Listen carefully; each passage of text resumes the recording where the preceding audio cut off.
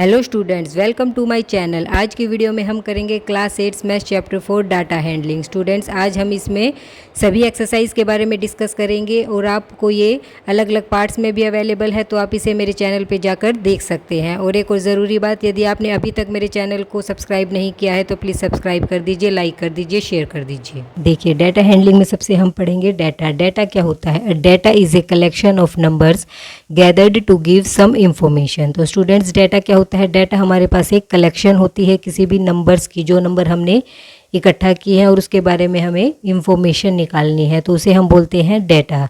जैसे कि मैं आपको एक एग्जांपल देती हूँ। जैसे मैंने एक स्टूडेंट्स के मार्क्स पता किए, उसके मार्क्स हिंदी में कितने, इंग्लिश में कितने, मैथ्स में कितने, तो मैंने क्या निकाली है? उसकी इंफॉर्मेशन। तो वो सारी इंफॉर्मेशन निकाली है, उसको मैंने कलेक्ट किया है, तो उसे हम बोलते हैं डाटा। तो आया आपको समझ में? डाटा क्या होता है? किसी भी चीज़ की इंफॉर्मेशन निकालना, उसे हम बोलते हैं डाटा। उसकी इंफॉर्मेशन हमने कलेक्ट की, वो हमारे पास क्या है? डाटा। और डाटा हैंडलिंग क्या होता है? Data handling means to collect and present the data so that it could be used in future studies and to find some result. तो डाटा हैंडलिंग क्या होता है? डाटा हैंडलिंग का मतलब होता है कि डाटा को पहले तो क्या करेंगे? हम कलेक्ट करेंगे, फिर उसे हम प्रेजेंट कैसे कर रहे हैं, वो होता है डाटा हैंडलिंग। एक तो मैंने किसी भी स्टूडेंट से उसके मार्क्स पता किए, हिंदी में, इंग्लिश में, मैथ्स में, ये तो सब हमारे पास क्या आ गया? डाटा। लेकिन उसे हम प्रेजेंट कैसे करेंगे, ऑर्गेनाइज कैसे करेंगे, ताकि हम फ्यूचर स्टडीज़ में उसे यूज़ कर सकें। अगर हमारे पास ओरल हमें यूँ पता है कि उस स्टूडेंट के मार्क्स हिंदी में इतने हैं, इंग्लिश में इतने, तो ये तो सब क्या है? डाटा। लेकिन इसे हम फ्यूचर स्टडीज़ में यूज़ नहीं कर सकते। लेकिन डाटा हैंडलिंग में क्या होता है? उसे हम प्रेजेंट कर रहे हैं, ऑर्गेनाइज कर रहे हैं, तो उसे हम फ्यूचर में भी यूज़ कर सकते हैं। जैसे देखिए, मान लो मैंने सब्जेक्ट लिखे हिंदी, इंग्लिश, मैथ, एसएस, ये क्या है सब, और उसके मार्क्स यहाँ लिखे हिंदी में 14, इंग्लिश में 12, मैथ्स में 15, एसएस में 16। तो ये क्या है? डाटा हैंडलिंग, कि मैं उसे प्रेजेंट कैसे कर रही हूँ, उसे रिप्रेजेंट कैसे कर रही हूँ। तो आया आपको समझ में कि डाटा तो किसी भी चीज़ की इंफॉर्मेशन निकालना, और डाटा हैंडलिंग उसको, इंफॉर्मेशन तो हमारे पास है लेकिन उसे हम प्रेजेंट कर रहे हैं, उसे हम रिप्रेजेंट कैसे कर रहे हैं, वो होता है डाटा हैंडलिंग। नेक्स्ट देखिए, ग्राफिकल रिप्रेजेंटेशन ऑफ डाटा। तो ग्राफिकल रिप्रेजेंटेशन ऑफ डाटा क्या होता है? देखिए, ये नाम से हमें पता चल रहा है, ग्राफिकल मतलब ग्राफ बनाना। तो देखिए, the grouped data can be represent graphically for its clear picture and is the easiest way to understand the data. तो सबसे पहले हमने क्या किया? डाटा को कलेक्ट किया। डाटा को कलेक्ट करने के बाद उसे हम प्रेजेंट कैसे कर रहे हैं, वो तो हुआ हमारा डाटा हैंडलिंग। लेकिन यदि हम उसे ग्राफ के through, graphically for its clear picture, अगर उससे हमारी पिक्चर क्या होगी? क्लियर पिक्चर के थ्रू हम उसे प्रेजेंट करेंगे, तो ये हमारा ईजी वे हो जाएगा उसे अंडरस्टैंड, समझने के लिए। जैसे मैं आपको एक एग्जाम्पल के थ्रू समझा रही हूँ। देखिए, ये मैंने क्या लिया है? ये मैंने एक बनाया है ग्राफ। तो देखिए, ग्राफिकल रिप्रेजेंटेशन क्या होती है? जैसे अभी मैंने आपको पहले भी बताया कि किसी भी सब्जेक्ट में मैंने मार्क्स पता किए, किसी भी स्टूडेंट्स के मैंने मार्क्स पता किए, हिंदी में, इंग्लिश में, मैथ में, एसएस में, तो वो तो क्या हुआ? डाटा। और उसके बाद उसे मैं प्रेजेंट कैसे कर रही हूँ, वो हुआ हमारा डाटा हैंडलिंग। लेकिन उसे ग्राफिकल रिप्रेजेंटेशन में हम कैसे दिखाएंगे? ये मैंने क्या बनाया? ये हमारा एक ग्राफ। जैसे मैंने ये लिया, ये हिंदी में, ये इंग्लिश में, ये मैथ में और ये साइंस में, तो ये हमारे चारों सब्जेक्ट के मार्क्स हो गए। अब इस ग्राफ के थ्रू आप बता सकते हैं कि हाईएस्ट मार्क्स किस में है, तो जो लाइन सबसे ऊपर जा रही है वो हमारे क्या हुए? हाईएस्ट। तो आप इस ग्राफ को देख के मैं आपसे अगर ये पूछूं कि आप ये बताइए कि उस स्टूडेंट्स के हाईएस्ट मार्क्स कौन से सब्जेक्ट में, तो आप क्या कहेंगे? एसएस में। लास्ट मैंने आपको एसएस या साइंस जो भी बताया उसमें। और मैं ये पूछूं कि सबसे कम मार्क्स, मिनिमम मार्क्स किस में है, तो इसे आप किस में बताएंगे? ये क्या है? मैथ। तो आप ऐसे बता सकते हैं ग्राफ के थ्रू। इससे हमें क्या पता चलेगा? ये हमारा आसान तरीका हो जाएगा डाटा को समझने का। अब आगे हम पढ़ते हैं ग्राफ के बारे में कुछ और इन्फॉर्मेशन। टाइप ऑफ ग्राफ में हम पढ़ेंगे 3 तरह के ग्राफ। एक तो है पिक्टोग्राफ, दूसरा है हमारा बार, और तीसरा है डबल बार ग्राफ। तो स्टूडेंट्स देखिए, पिक्टोग्राफ, बार ग्राफ और डबल बार ग्राफ, ये सारे ग्राफ आपने प्रीवियस क्लास में आप पढ़ चुके हैं। और यहाँ भी हम सिर्फ इनके बारे में थोड़ी बहुत इंफॉर्मेशन लेंगे, क्योंकि ये हमारे अभी सिलेबस में नहीं है। सिर्फ इसको मैं आपको रिमेंबर करवाने के लिए थोड़ा बहुत आपको इसको समझा देती हूँ कि पिक्टोग्राफ क्या होता है, बार ग्राफ को क्या होता है और डबल बार ग्राफ क्या होता है। वैसे आप ये सब प्रीवियस क्लास में पढ़ चुके हैं। पिक्टोग्राफ देखिए क्या होता है। Pictograph is the representation of data using symbols. Pictograph क्या होता है? पिक्टोग्राफ को हम कैसे रिप्रेजेंट करते हैं, जिसमें हम सिम्बल्स का यूज़ करते हैं। जैसे मैंने देखिए यहाँ पे क्या बना रखा है, ये एक पिक्टोग्राफ है। तो देखिए इसमें क्या है, इसमें मैंने क्या बना रखी है, ये मैंने एक गाड़ी ली है, इसमें क्या लिख रखा है, 1 सिंबल स्टैंड फॉर 100 कार। तो यहाँ एक सिंबल हमें कितने को रिप्रेजेंट कर रहा है, 100 को। यहाँ हम एक किसी भी नोटबुक में, किसी भी चार्ट पे हम 100 कार बनाना पॉसिबल नहीं है, तो उसके लिए हमें बहुत बड़ा स्पेस चाहिए। तो यहाँ हमने किस चीज़ का यूज़ किया, सिंबल का। इसी को हम बोलते हैं पिक्टोग्राफ, जहाँ पे हम सिंबल्स का यूज़ करते हैं। तो देखिए जैसे यहाँ इसका मतलब क्या है, जुलाई में हमने कितनी गाड़ी प्रोड्यूस की, 1 2, और इसका मतलब क्या हुआ, ये है हाफ। तो देखिए 1 है तो इसका मतलब क्या है, 100। ये एक और 1 गाड़ी है तो इसका मतलब क्या हुआ, ये भी 100, और इसका मतलब क्या हुआ, 50। तो देखिए अगर मैं आपसे ये क्वेश्चन पूछूं, अगर पिक्टोग्राफ दे दें और आपसे ये क्वेश्चन पूछा जाए कि बताइए कि जुलाई मंथ में कितनी गाड़ी प्रोड्यूस हुई, कितनी कार प्रोड्यूस हुई, तो आप क्या बताएंगे?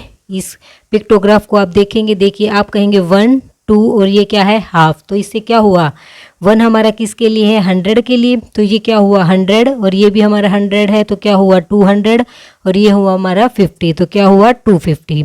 तो इसके थ्रू हम इसके क्वेश्चंस के आंसर भी फाइंड आउट कर सकते हैं। जैसे कि अब अगस्त में हमने कितनी गाड़ी प्रोड्यूस की, तो देखिए ये हुआ 100, ये हुआ 200, ये हुआ हमारा 300। इसी तरह सितंबर में आप बता सकते हैं कि सितंबर में हमने कितनी गाड़ी प्रोड्यूस की। तो देखिए सितंबर में कितनी हुई, 100 200 300, और ये क्या हुई हमारी 400।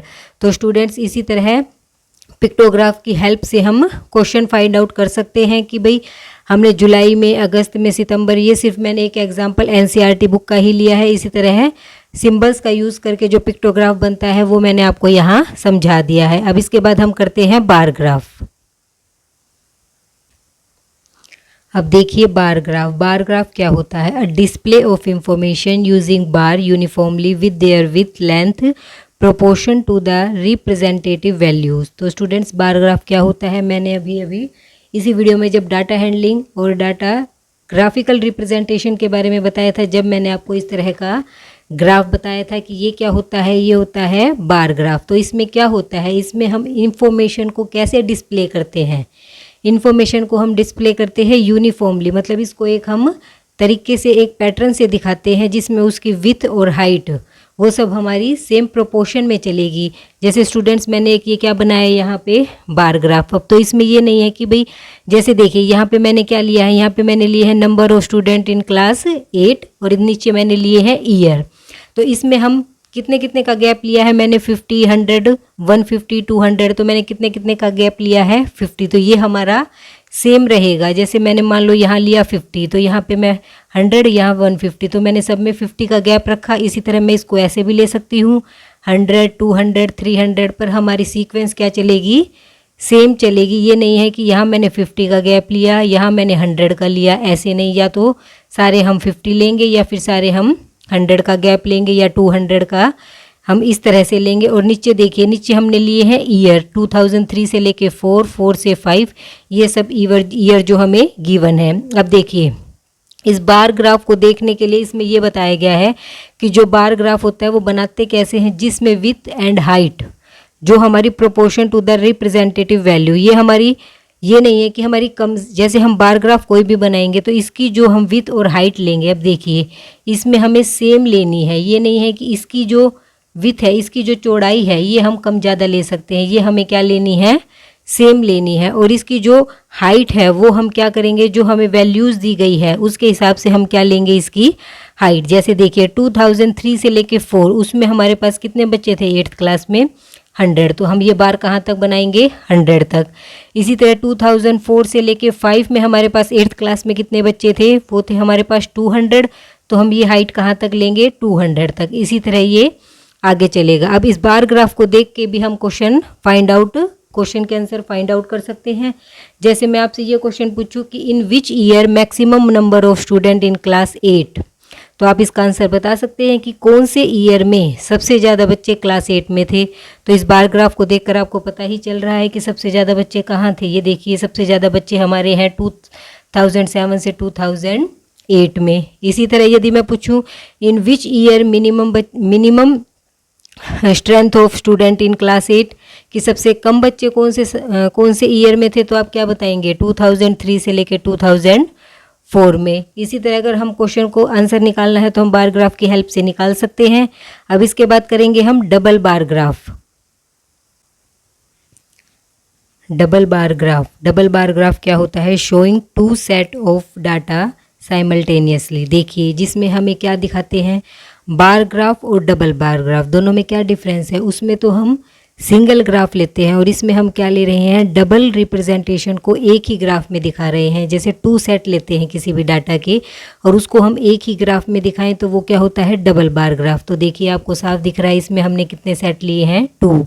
तो जैसे मैंने क्या लिया, इधर तो मैंने क्या लिए हैं, मार्क्स, और इधर मैंने नीचे क्या लिए हैं, सब्जेक्ट। तो देखिए ये जो खाली बॉक्स है ये हमारा है 2005 से लेकर 2006 के लिए, और जिसमें हम फिलअप्स किया हुआ है वो हमारा 2006 से लेकर 2007 के लिए। तो देखिए सबसे पहले क्या है कि मैथ में कितने मार्क्स मिले। तो देखिए सबसे पहले इसमें हमारा ये क्या है, ये हमारा बिल्कुल एम्प्टी, हमारा बिल्कुल खाली है। तो ये हमारा किसके लिए है, 2005 से लेके 6। तो आगे हमने सारे वो वाले बार बना रखे हैं। और दूसरे में हमारे क्या हैं, जो हमारे 2006 से लेके 2007 के लिए जो हमारे फिल किए हुए हैं। तो इसमें हमें पता चल रहा है कि 2005 से लेके 6 में हमने मैथ में कितने मार्क्स मिले किसी भी स्टूडेंट को। जैसे जिसके लिए ग्राफ बनाया गया है उसके लिए अगर मैंने ये दिया और उसमें ये कहा कि भाई उसको 2005 से 6 में कितने मार्क्स मिले, उसको मिले मैथ में 30। लेकिन उसको अगले ही साल 2006 से 2007 में उसको कितने मार्क्स मिले, उसको मिले 60। इसी तरह हम हर सब्जेक्ट के लिए कर सकते हैं। तो इसी से हम क्वेश्चन हमें फाइंड आउट करना है, क्वेश्चन का आंसर तो हम कैसे निकालेंगे। इसमें हमारा कंपैरिजन होता है। जैसे मैं इसमें ये क्वेश्चन बन सकता है कि कौन से सब्जेक्ट में भाई जो स्टूडेंट था उसने कौन से साल में सबसे ज़्यादा इम्प्रूवमेंट की। तो ये आपको दिख रहा है, देखिए इसमें ये ग्राफ हमारा यहाँ तक जा रहा है और अगले साल ये ग्राफ कितना ऊपर गया। तो आपको पिक्चर देख के साफ पता चल रहा है कि कौन से सब्जेक्ट में जो वो स्टूडेंट था उसने इम्प्रूवमेंट की। तो हम क्या लिखेंगे, मैथ में। और कौन सा ऐसा सब्जेक्ट है जिसमें उसने कोई इम्प्रूवमेंट नहीं की। तो ये आप ग्राफ देख के बता सकते हैं कि इसने 2005 से लेके 6 में भी इसके 70 मार्क्स थे और 2006 से लेके 7 में भी 70 मार्क्स थे। तो दोनों ही ईयर में उसके सेम मार्क्स थे। तो हिंदी में उसने कोई भी इम्प्रूवमेंट नहीं की। तो इस तरह के क्वेश्चन के आंसर निकालने हैं जिसमें कंपैरिजन हो, तो उसके लिए हम यूज़ करते हैं डबल बार ग्राफ। इसके बाद करेंगे हम सर्कल चार्ट या पाई चार्ट। सर्कल ग्राफ और पाई चार्ट। तो सर्कल ग्राफ क्या होता है, सर्कल ग्राफ को हम पाई चार्ट भी बोल सकते हैं। सर्कल ग्राफ कहिए या पाई चार्ट, इसका मीनिंग सेम है। तो स्टूडेंट्स अभी मैंने आपको टाइप ऑफ ग्राफ के बारे में बताया था कि वो कौन कौन से होते हैं, bar graph, double bar graph, pictograph.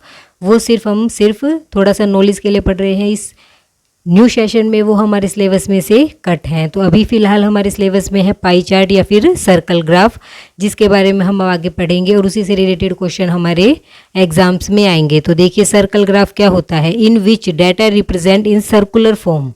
तो स्टूडेंट सर्कल ग्राफ क्या होता है, जिसमें हमें जो डाटा दिया हुआ है वो हम सर्कुलर फॉर्म में रिप्रेजेंट करें, तो वो होता है हमारा circle graph. A circle graph show the relationship between a whole and its part. जो सर्कुलर ग्राफ होता है वो क्या दिखाता है, रिलेशनशिप दिखाता है किस किस के बीच में, होल के बीच में और उसके पार्ट्स के बीच में। तो देखिए मैंने एक सर्कल ग्राफ बनाया और इसमें क्या है, ये पूरा एक होल है, ये कंप्लीट है और इसके हमने क्या कर दिया, अलग अलग पार्ट्स। तो ये सर्कल ग्राफ इनके बीच में रिलेशन दिखा रहा है कि कंप्लीट में से कितने कितने टाइम के लिए किसने क्या क्या किया। इसके बाद circle graph divided into sectors. जो सर्कल होता है उसमें हम इसे किस में डिवाइड कर देते हैं, अलग अलग सेक्टर्स में। ये आपको दिख रहा है, ये अलग अलग क्या है इसके सेक्टर्स।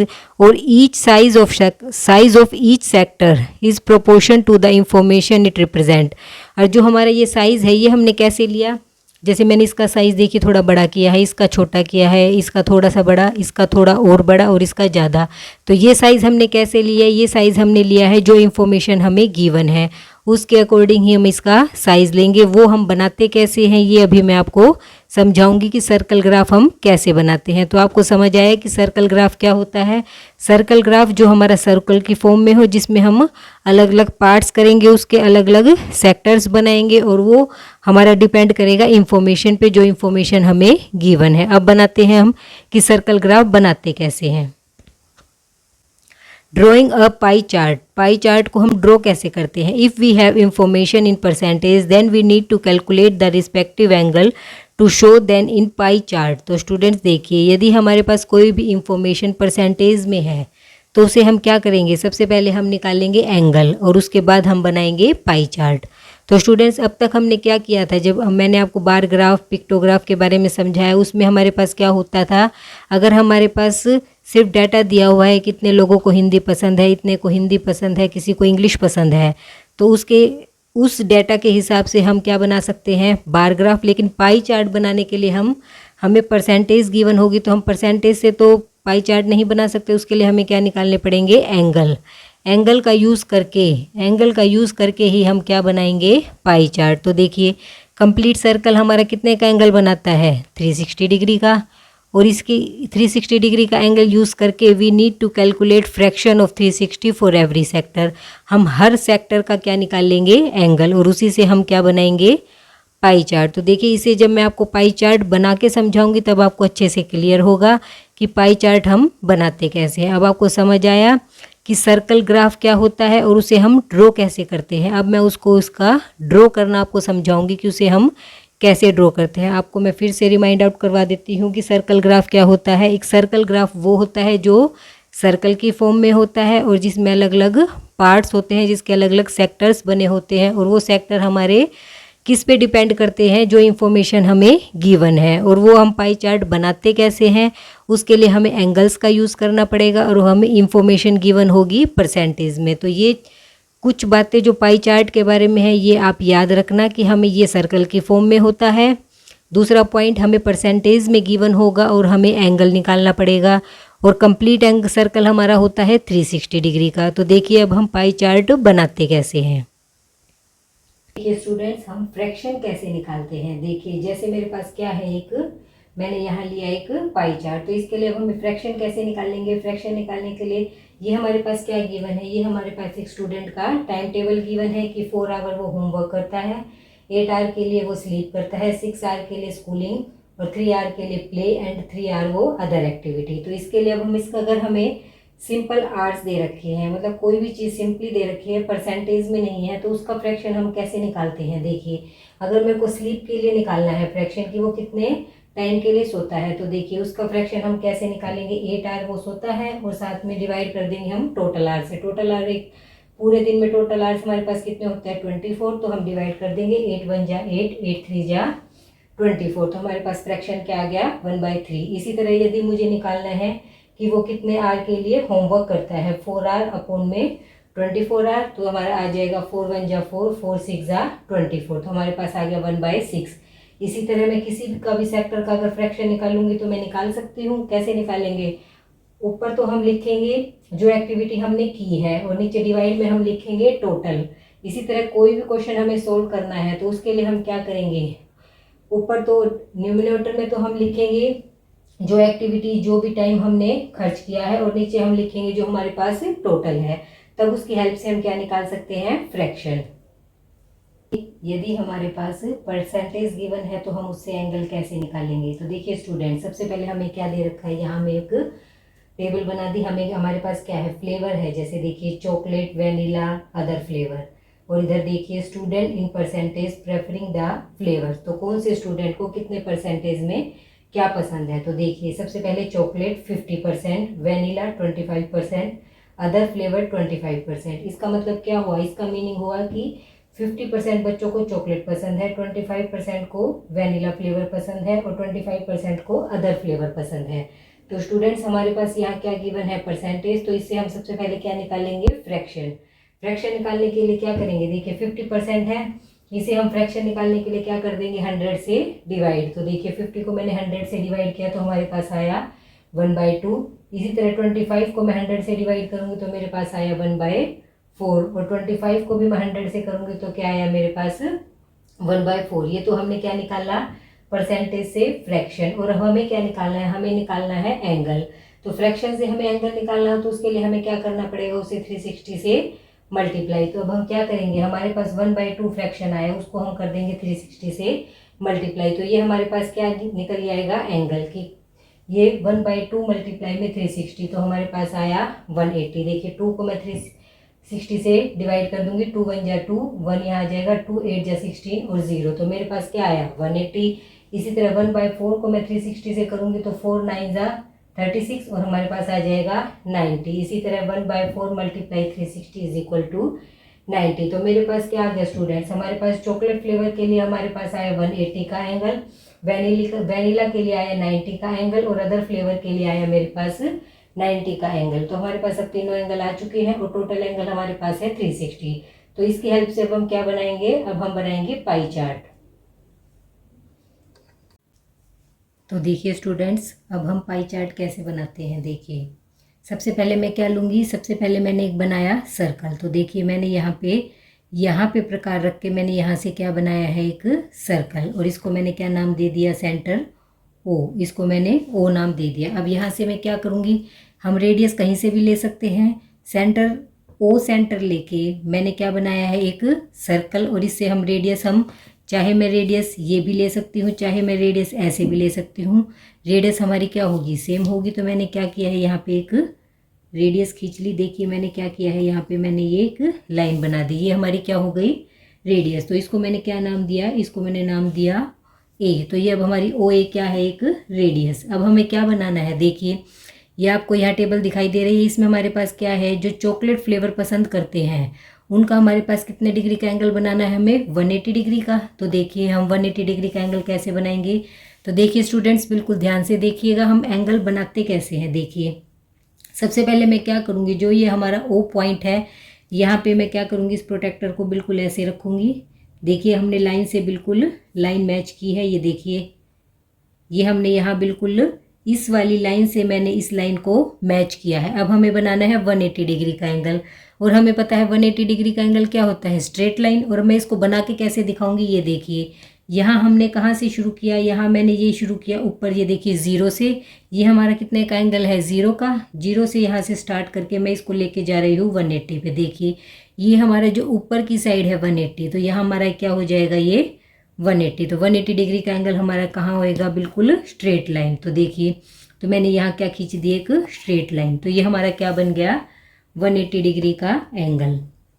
तो ये हमारा क्या हुआ 180 डिग्री का जो एंगल बनाया है, ये कौन सा पोर्शन आया है, जो हमारे स्टूडेंट्स चॉकलेट फ्लेवर पसंद करते हैं। तो आपको समझ आया मैंने 180 डिग्री का एंगल कैसे बनाया। मैंने सबसे पहले इस ओ पॉइंट पर मैंने यहाँ पर डी ऐसे रखा, यहाँ लाइन से मैंने लाइन को ऐसे मैच किया। देखिए अब यहाँ मैंने 0 पॉइंट से शुरू करके मुझे बनाना है 180 डिग्री का एंगल। तो 180 डिग्री का एंगल मेरा यहाँ जाएगा, देखिए बिल्कुल स्ट्रेट लाइन बनेगी और यहाँ से मेरा ये बन गया 180 डिग्री का एंगल। नेक्स्ट हमें बनाना है वैनिला फ्लेवर 90 डिग्री का एंगल। अब हमें बनाना है वैनिला फ्लेवर पसंद करने वाले बच्चों के लिए मुझे बनाना है 90 डिग्री का एंगल। तो वो हम कैसे बनाएंगे, देखिए इसमें भी हम क्या करेंगे, इसे हम ये 180 डिग्री, चाहे आप हाफ ये ले लीजिए, हमने ये वाला एंगल बनाया है तो ये पोर्शन तो हमारा अलग हो चुका। अब यहाँ से हम क्या करेंगे, यहाँ से हम ऐसे डी को रखेंगे। अब देखिए यहाँ से मैंने क्या किया है, ओ सेंटर पे डी को रखा, यहाँ से मैंने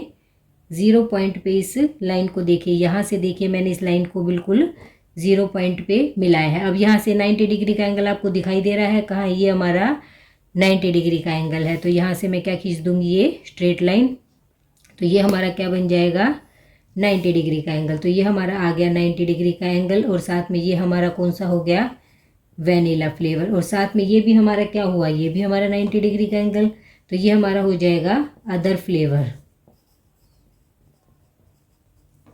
तो स्टूडेंट्स आपको समझ आया कि पाई चार्ट हम कैसे ड्रॉ करते हैं।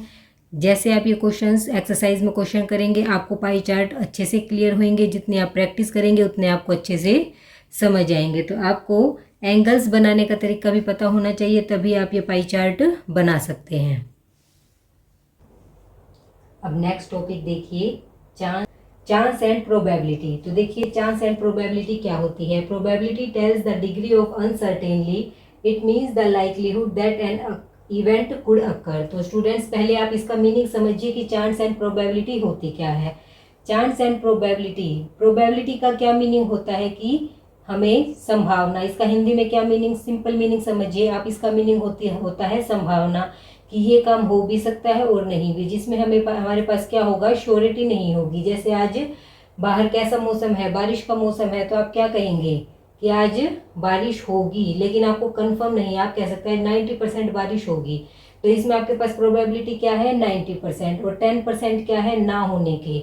इसी तरह अगर मान लो आज सनी डे है, बिल्कुल धूप निकली हुई है, तो आप क्या कहेंगे, आज बारिश नहीं होगी। तो 0% प्रोबेबिलिटी है बारिश ना आने की, और 100% आप कहेंगे कि प्रोबेबिलिटी है कि आज बारिश नहीं आएगी। तो इसमें क्या होता है, प्रोबेबिलिटी में हमें कंफर्म नहीं होता, हम खाली एक अनुमान लगा सकते हैं कि ये काम हो भी सकता है और नहीं भी। तो उसे कहते हैं हम chance and probability. Outcomes, outcomes क्या होते हैं, when we do an experiment, जिसमें हम क्या करते हैं, एक्सपेरिमेंट करते हैं, there could be different result, this possible result of the random experiment are called outcomes. तो स्टूडेंट्स आउटकम्स क्या होते हैं, इनमें हम एक्सपेरिमेंट करते हैं और जिसमें रिजल्ट हमारे क्या आएंगे, डिफरेंट, और ये जो रिजल्ट होते हैं इनको क्या बोलते हैं हम, आउटकम्स। तो जैसे मैं आपको एक एग्जाम्पल के थ्रू समझाती हूँ। मैंने एक कॉइन टॉस किया, तो हमारे पास कितने आउटकम्स हो सकते हैं, टोटल आउटकम्स कितने होंगे 2, हमारा हेड भी आ सकता है और टेल भी, लेकिन रिजल्ट हमारा क्या होगा, ओनली 1। अगर हेड आया तो एक रिजल्ट 1 कि हमारा हेड आया है, अगर हमारा टेल आया तो भी हमारा एक रिजल्ट कि हमारा टेल आया है। तो हमारे आउटकम्स टोटल कितने हुए 2, इसमें हेड भी आ सकता है और टेल भी। इसी तरह मैं आपको एक एग्जांपल और बताती हूँ। जैसे मैंने कोई भी डाइस थ्रो किया, तो डाइस में कितने आउटकम्स होते हैं टोटल 6, क्योंकि हम डाइस को थ्रो करेंगे तो आपके पास क्या क्या ऑप्शन है, आपके पास 1 भी आ सकता है, 2 भी आ सकता है, 3 भी, 4 भी, 5 भी, 6 भी। तो टोटल आउटकम्स कितने हुए 6।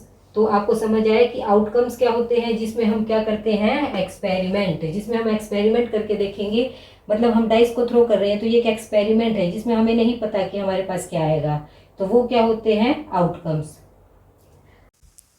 तो देखिए प्रोबेबिलिटी का क्या फॉर्मूला होता है, प्रोबेबिलिटी का फॉर्मूला है number of favourable outcome of a divide में total number of possible outcomes. तो स्टूडेंट्स क्या हुआ, नंबर ऑफ फेवरेबल आउटकम्स। तो फेवरेबल आउटकम्स क्या होते हैं, total number of possible outcomes. तो मैंने आपको बताया भी कि आउटकम्स क्या होते हैं, वो तो हुए total number of possible outcomes. और फेवरेबल आउटकम्स क्या होते हैं, फेवरेबल आउटकम्स वो होते हैं जिस चीज़ के हमारे पास चांस होते हैं। जैसे मैं आपको एग्जाम्पल के थ्रू समझाती हूँ कि जैसे मैंने कोई भी एक डाइस थ्रो किया, तो डाइस में हमारे पास टोटल नंबर ऑफ, देखिए total number of possible outcomes. तो डाइस में हमारे पास total number of possible outcomes क्या होंगे 6, क्योंकि तो डाइस में हमें पता है 1 2 3 4 5 6, टोटल 6 आउटकम्स है हमारे पास। तो हमारे पास नीचे क्या आ जाएगा, नीचे मेरे पास आ जाएगा 6। और नंबर ऑफ फेवरेबल आउटकम्स क्या होंगे, फेवरेबल, इसका मतलब क्या हुआ कि हमारे पास चांस क्या क्या आने के हैं। तो आप बताइए डाइस को थ्रो करेंगे तो हमारे पास क्या क्या आ सकता है, 1 भी आ सकता है, 2 भी आ सकता है, 3 भी आ सकता है, 4 भी आ सकता है, 5 भी आ सकता है और 6 भी। तो इसमें फेवरेबल आउटकम्स क्या हुए 6। लेकिन अगर हमें कंडीशन दे दे कि 2 के कितने फेवरेबल आउटकम्स हैं, 2 आने के कितने चांस हैं, तो आप बताइए 2 के कितने चांस होंगे, ओनली 1, क्योंकि हम थ्रो करेंगे तो क्या होगा, हमारा 2 आने का कितना चांस होगा, एक ही चांस होगा। इसी तरह 3 के लिए पूछे तो 3 का भी हमारा क्या होगा, एक ही चांस होगा।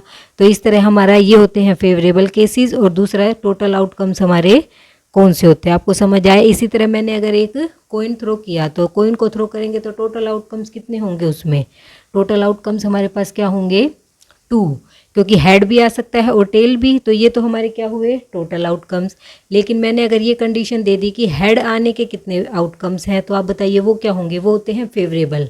अगर हमारे पास कोई भी क्वेश्चन आए कि अगर मैंने एक डाइस थ्रो किया तो हेड आने के की प्रोबेबिलिटी बताइए, तो उसके लिए क्या होगा, फेवरेबल आउटकम्स कितने हैं हेड आने की 1, और डिवाइड हम करेंगे टोटल आउटकम से, तो टोटल हमारे पास कितनी है 2। तो स्टूडेंट्स आपको समझ आया कि फेवरेबल आउटकम्स क्या होते हैं और पॉसिबल। फेवरेबल आउटकम्स तो जो हमें कंडीशन दी हुई हो, और पॉसिबल आउटकम्स हमारे पास क्या होता है, जो टोटल होते हैं, वो टोटल नंबर ऑफ पॉसिबल जो जो हमारे पास पॉसिबल है। इसी तरह जैसे मैंने आपको एक क्वेश्चन दिया कि मैंने एक डाइस थ्रो किया है तो उसमें आपको पता है total number of possible outcomes कितने हैं, 6। तो यहाँ मैं क्या लिख दूंगी, 6। और हमारे पास उस चीज़ की प्रोबेबिलिटी बताइए, क्वेश्चन हमारे पास गिवन है कि प्रोबेबिलिटी बताइए कि हमारा नंबर 3 से लेस हो तो उसकी कितने चांस है, या तो हमारा नंबर 1 आ सकता है, या हमारा नंबर 2 आ सकता है, या हमारा नंबर 3 आ सकता है। तो कौन कौन से चांस हुए, या तो 1 आ सकता है, या 2 आ सकता है, या फिर 3, क्योंकि 3 या 3 से लेस, तो कितने चांसेस हुए, 3। तो फेवरेबल आउटकम्स हमारे पास कितने हो गए, 1 2 3, तो हमारे पास हुए 3, तो 3/6। तो इसे काट दीजिए तो हमारे पास आया 1/2। तो स्टूडेंट्स आपको समझ आया कि फेवरेबल आउटकम्स क्या होते हैं और total number of possible outcomes क्या होते हैं। तो स्टूडेंट्स देखिए एक्सरसाइज 4.1 का क्वेश्चन नंबर 1। तो देखिए, a survey was made to find the type of music that a certain people of young people liked in a city. Adjoining pie chart show the finding of this survey. तो students हमें क्या दिया गया है, हमें एक pie chart दिया गया है और टोटल यंग पीपल का जो सर्वे किया गया है सिटी में, उसमें इस पाई चार्ट के थ्रू हमें क्या बताया गया है कि कितने % लोगों को क्लासिकल म्यूज़िक पसंद है। जैसे 10% लोगों को क्लासिकल म्यूज़िक पसंद है, 30% को फोक पसंद है, 40% को लाइट म्यूज़िक पसंद है और 20% को सेमी क्लासिकल पसंद है। तो देखिए क्वेश्चन हमसे क्या पूछा गया है कि if 20 people liked classical music how many young people served. तो स्टूडेंट्स हमें क्या दिया गया है, हमें दिया गया है कि 20 पीपल को क्लासिकल म्यूज़िक पसंद है। क्लासिकल म्यूज़िक कौन सा है, ये वाला। तो ये कितने लोगों को पसंद है, 20 लोगों को, और इसका परसेंटेज हमें क्या दे रखा है, 10%। तो हमें बताना है कि टोटल पीपल कितने हैं जिनका सर्वे किया गया। तो इसके लिए हम क्या करेंगे, हमें ये भी पता है कि कितने % लोगों को क्लासिकल पसंद है और वो नंबर में कितने हैं, 20, लेकिन हमें क्या नहीं पता, टोटल। तो सबसे पहले हमें क्या निकालना होगा, टोटल। वही हमसे पूछा गया, तो जो चीज़ हमसे पूछी गई हो वही हमें निकालनी हो तो हम क्या करते हैं, सबसे पहले उसको लेट कर लेते हैं। तो हम क्या लिखेंगे, let total young people served. इसका मतलब हमें टोटल कितने लोगों का सर्वे किया गया, x। तो x लोगों का क्या किया गया है, सर्वे। और उसमें क्या बताया गया है कि जो 10% हैं, टोटल का जो 10% है वो हमें क्या दे रखा है, 20। तो देखिए टोटल नंबर हमारे पास, टोटल पीपल हमारे पास कितने हैं, x। अगर हम टोटल पीपल का क्या निकालें, 10%, तो वो हमारे पास क्या आ रहा है, 20। ये हमें क्या कर रखा है, गिवन, ये हमें दे रखा है कि टोटल का अगर हम 10% निकालेंगे तो वो हमारे पास क्या है, 20। तो हम क्या निकाल सकते हैं, x मल्टीप्लाई 10 को 100 से डिवाइड करेंगे तो हमारे पास आएगा 1/10 इज इक्वल टू 20। तो हमारे पास क्या आया, x इज इक्वल टू 200। हम 10 को इस साइड ले जाएंगे तो हमारे पास x की वैल्यू आ गई 200। इसका मतलब टोटल कितने लोगों का सर्वे किया गया, 200 लोगों का। अब करते हैं part number 2। Part number 2, which type of music is liked by the maximum number of people. तो स्टूडेंट्स पार्ट नंबर 2 में हमसे क्या पूछा गया है कि विच टाइप ऑफ म्यूज़िक, कि कौन सी तरह का म्यूज़िक है, is liked by maximum number of people, जो सबसे ज़्यादा लोग पसंद करते हैं। तो वो कौन सा है जो सबसे ज़्यादा लोग पसंद करते हैं, आप देख के बता सकते हैं। इस चार्ट को देखकर आप बता सकते हैं कि सबसे ज़्यादा लोग कौन से म्यूज़िक को पसंद करते हैं। देखिए क्लासिकल म्यूज़िक को 10% लोग पसंद करते हैं, फोक को 30%, लाइट को 40% और सेमी क्लासिक को 20। तो आपको ये चार्ट देख के साफ पता चल रहा है कि सबसे ज़्यादा लोग किसे पसंद करते हैं, लाइट म्यूज़िक। तो यहाँ पे क्या आ जाएगा, लाइट। तो इसमें स्टूडेंट्स हमें ये नहीं बताना कि कितना पसंद करते हैं, कि सबसे ज़्यादा हमें कौन सा music, which type of music, हमें उस म्यूज़िक का नाम बताना है जो सबसे ज़्यादा लोग पसंद करते हैं। तो इसमें क्या आ जाएगा, लाइट म्यूज़िक। अब करते हैं पार्ट नंबर 3।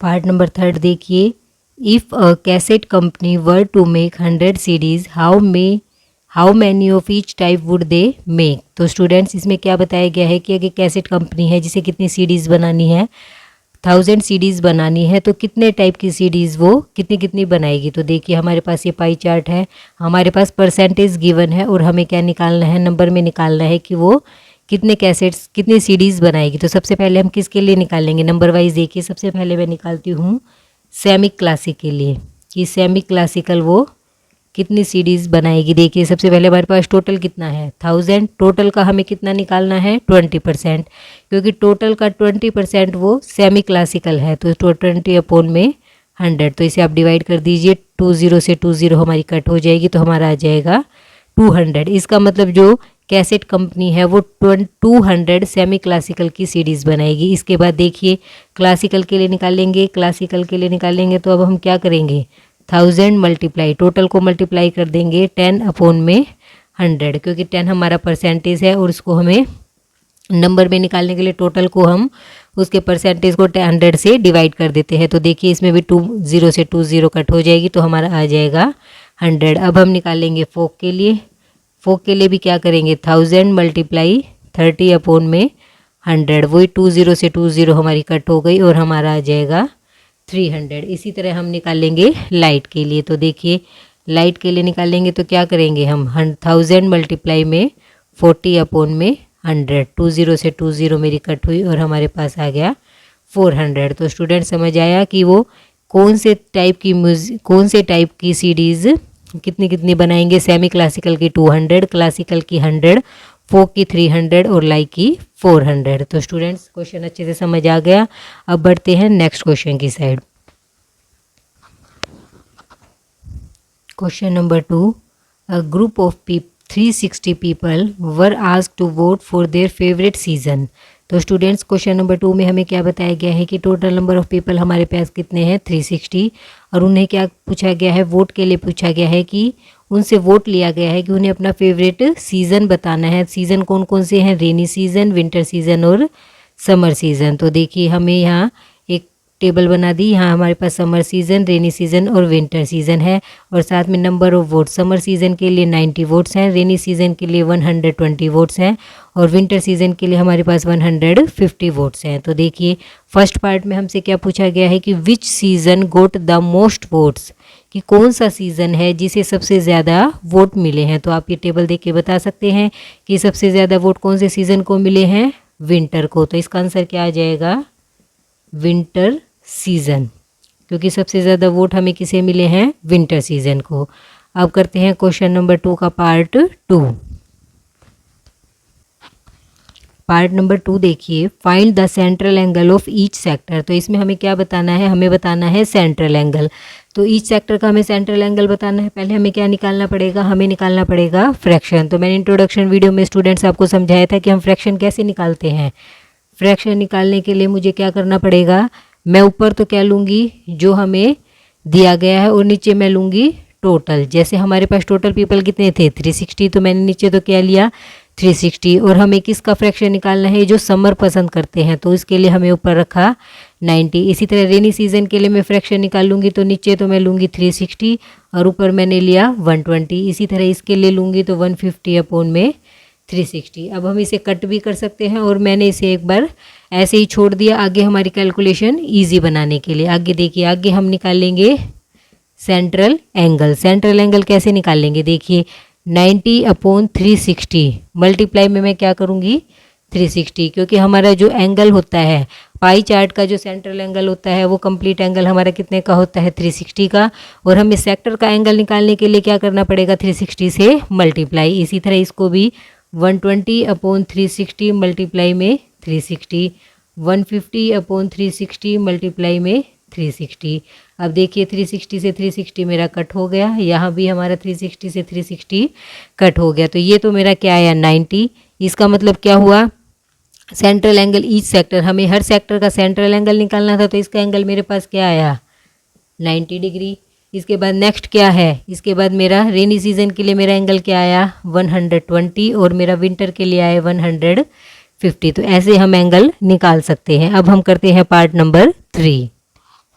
क्वेश्चन नंबर 2 का पार्ट 3 देखिए, draw a pie chart to show the information. तो स्टूडेंट्स हमें क्या करना है, हमें एक पाई चार्ट ड्रॉ करना है टू शो द इंफॉर्मेशन, जो इंफॉर्मेशन हमें गिवन है। तो देखिए स्टूडेंट्स हमें क्या बनाना है, इसमें एक पाई चार्ट। तो हमें क्या इंफॉर्मेशन दी गई थी, देखिए हमें क्या गिवन था, हमें सीज़न गिवन थे कि अलग अलग सीज़न है हमारे पास, समर सीज़न, रेनी सीज़न और विंटर सीज़न, और साथ में हमारे पास क्या है नंबर ऑफ वोट्स थे। 90 लोगों को समर सीज़न पसंद, 120 लोगों को रेनी सीज़न पसंद था और 150 को विंटर सीज़न पसंद था। इसी तरह हम इसका क्या निकाल लेंगे, फ्रैक्शन, और फिर इससे हम निकाल लेंगे एंगल। ये क्वेश्चन मैंने पार्ट नंबर 2 में सोल्व किया है। हमारे एंगल क्या आए थे, 90 डिग्री, 120 डिग्री और 150 डिग्री। तो इसकी हेल्प से हम क्या बनाएंगे अब, पाई चार्ट। तो पाई चार्ट मैं आपको बना के दिखाऊंगी नोटबुक में। देखिए पाई चार्ट कैसे बनाते हैं। सबसे पहले स्टूडेंट्स हम क्या ले लेंगे, हमने एक बनाया सर्कल। देखिए मैंने क्या बना लिया है, सर्कल, और ये मैंने क्या लिया है, ओ पॉइंट। इस पॉइंट पे हम प्रकार को रख के क्या बनाएंगे, एक सर्कल। तो देखिए इसके बाद क्या करेंगे, हम पहले क्या लेंगे, रेडियस। तो रेडियस को आप किसी भी डायरेक्शन में ले सकते हैं। तो देखिए मैं रेडियस कैसे लूँगी, मैंने कोई भी एक स्ट्रेट लाइन ली, मैं इसको ऐसे भी ले सकती हूँ, मैं इसे ऐसे भी ले सकती हूँ। सर्कल के ओ पॉइंट से, सेंटर पॉइंट से हम कोई भी लाइन खींचेंगे वो क्या कहलाएगी, उसकी रेडियस। तो देखिए ओ ए हमारी क्या हो गई, रेडियस। अब हम इसमें कैसे, रेडियस हम कैसे भी किसी भी डायरेक्शन में ले सकते हैं। मैं इसको इस साइड भी ले सकती हूँ, मैं इसको नीचे भी, साइड में भी। पूरी सर्कल में हम ओ सेंटर पॉइंट से लेके सर्कल के ओन पॉइंट पे हम मीट करके कोई भी रेडियस ले सकते हैं। तो रेडियस क्या होती है, जो हमारे सेंटर पॉइंट से लेकर रेडियस के पॉइंट तक की जो बीच की लेंथ होती है वो हमारी रेडियस होती है। तो हम कोई भी ले सकते हैं। तो मैंने ये एक स्ट्रेट लाइन, ये एक रेडियस ले ली। अब इससे हम क्या बनाएंगे, एंगल। तो देखिए सबसे पहले मेरा समर सीज़न में देखिए क्या है, 90% का एंगल है। देखिए समर में हमारा क्या है, 90 डिग्री का एंगल है। तो सबसे पहले मैं क्या बनाऊंगी, 90 डिग्री का एंगल। देखिए वो हम कैसे बनाएंगे, ये देखिए ये हमारा क्या है, प्रोटेक्टर।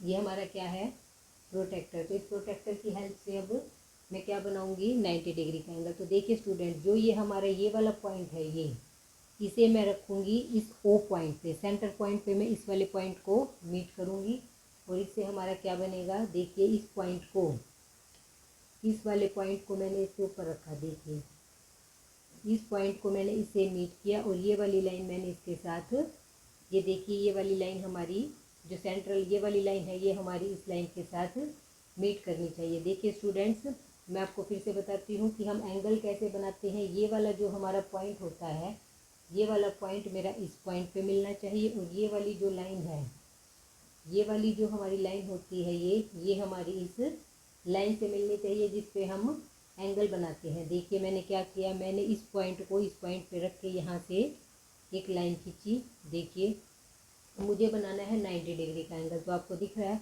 90 का एंगल तो हमारा हमेशा स्ट्रेट लाइन में ही होता है। तो देखिए स्ट्रेट लाइन में, सॉरी, हमारा 90 डिग्री का एंगल तो हमारा बिल्कुल स्ट्रेट होता है। तो देखिए ये हमारा क्या हो जाएगा, 90 डिग्री का एंगल। तो हम यहाँ से क्या खींचेंगे, बिल्कुल 90 डिग्री का एंगल बना देंगे। तो ये हमारा क्या हो गया, 90 डिग्री का एंगल। और ये हमारा किसके लिए है, ये हमारा है समर के लिए। तो आपको समझ आया कि समर सीज़न के लिए हमने 90 डिग्री का एंगल बना दिया। इसके बाद है रेनी सीज़न।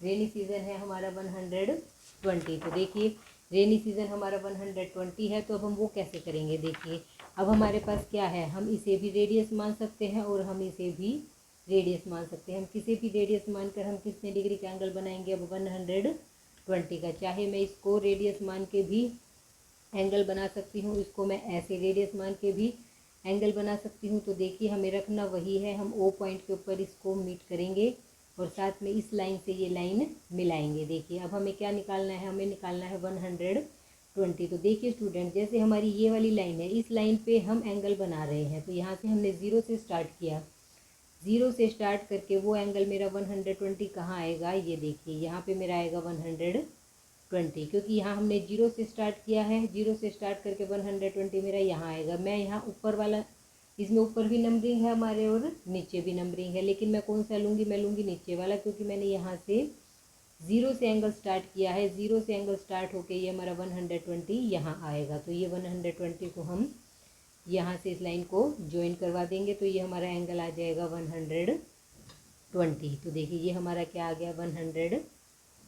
और ये हमारा किसके लिए है, ये हमारा है रेनी सीज़न के लिए। तो आपको समझ आया। अब स्टूडेंट्स देखिए, अब ये हमारा समर सीज़न के लिए आ गया, रेनी सीज़न के लिए आ गया। तो अब हमारे पास सिर्फ कितने पार्ट्स हैं, हमारे पास ओनली 3 पार्ट्स हैं, 2 पार्ट मैं निकाल चुकी हूँ, तो बचा हुआ पार्ट हमारा क्या होगा, वो विंटर सीजन के लिए 150। तो इसको हम अब चेक करके देखेंगे कि ये हमारा 150 का एंगल है या नहीं।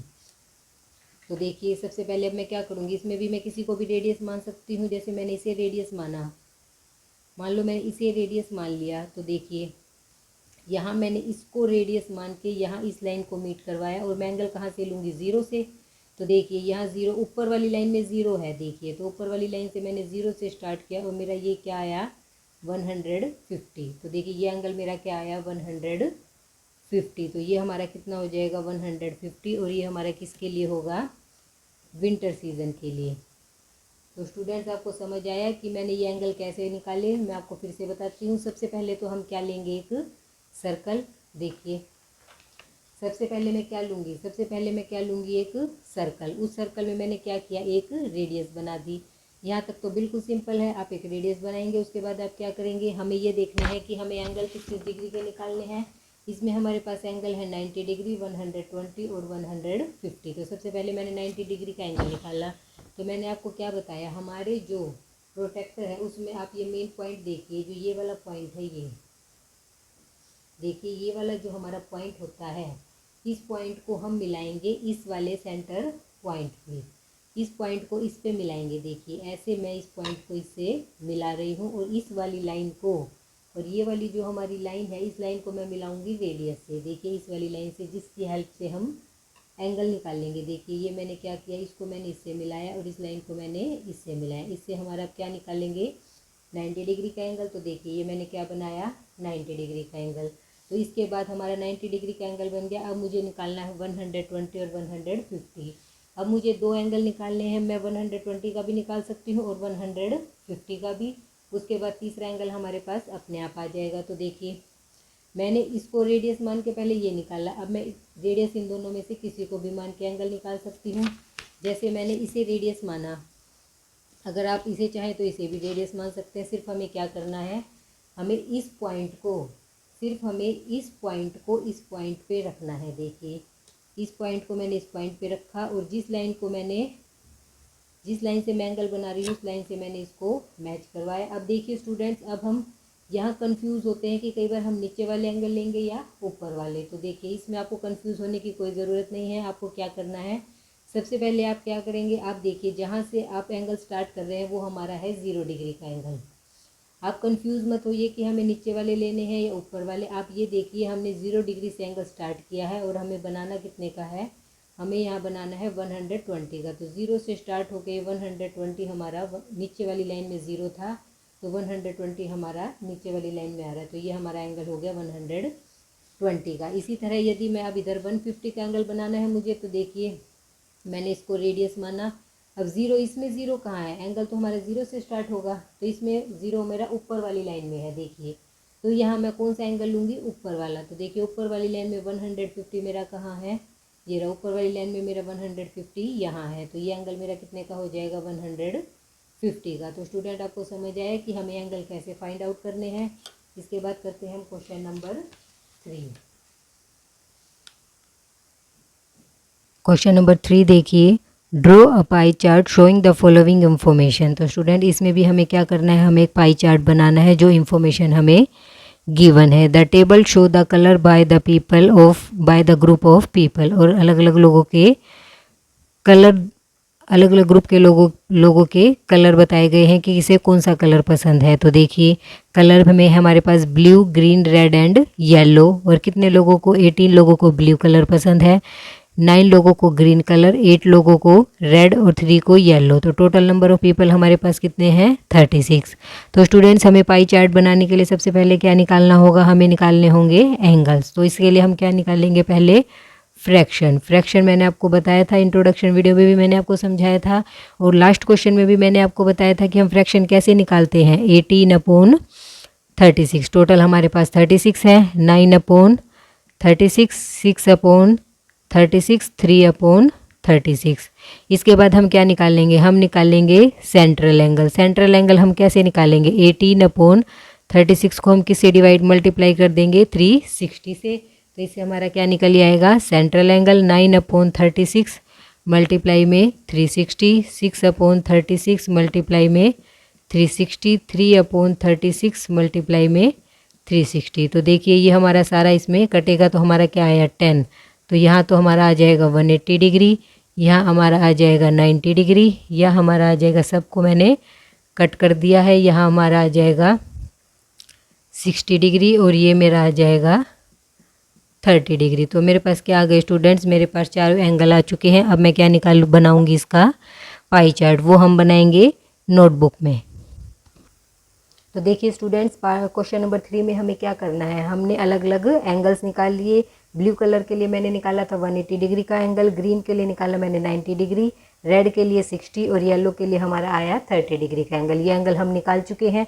अब हमें क्या करना है, हमें एक पाई चार्ट ड्रॉ करना है। देखिए वो हम कैसे बनाएंगे। सबसे पहले मैंने क्या लिया, सबसे पहले मैंने एक सर्कल ले लिया और ये हमारा क्या है, एक ओ सेंटर पॉइंट। सेंटर पॉइंट से लेके हम सर्कल के ऊपर तक के पॉइंट को जब आपस में मिलाएंगे तो वो हमारी क्या कहलाती है, रेडियस। तो ये रेडियस हम कैसे भी मिला, जैसे इसको भी हम रेडियस कर सकते हैं। और इस ओ पॉइंट से मैं अगर यहाँ पे लाइन खींचूँ, इस वाले पॉइंट पे मैं लाइन खींचूँगी तो भी हमारी क्या कहलाएगी, रेडियस। इस पॉइंट से लेके यहाँ की लाइन खींचूँगी तो ये भी मेरी क्या है, रेडियस। तो हम रेडियस को किसी भी डायरेक्शन में ले सकते हैं।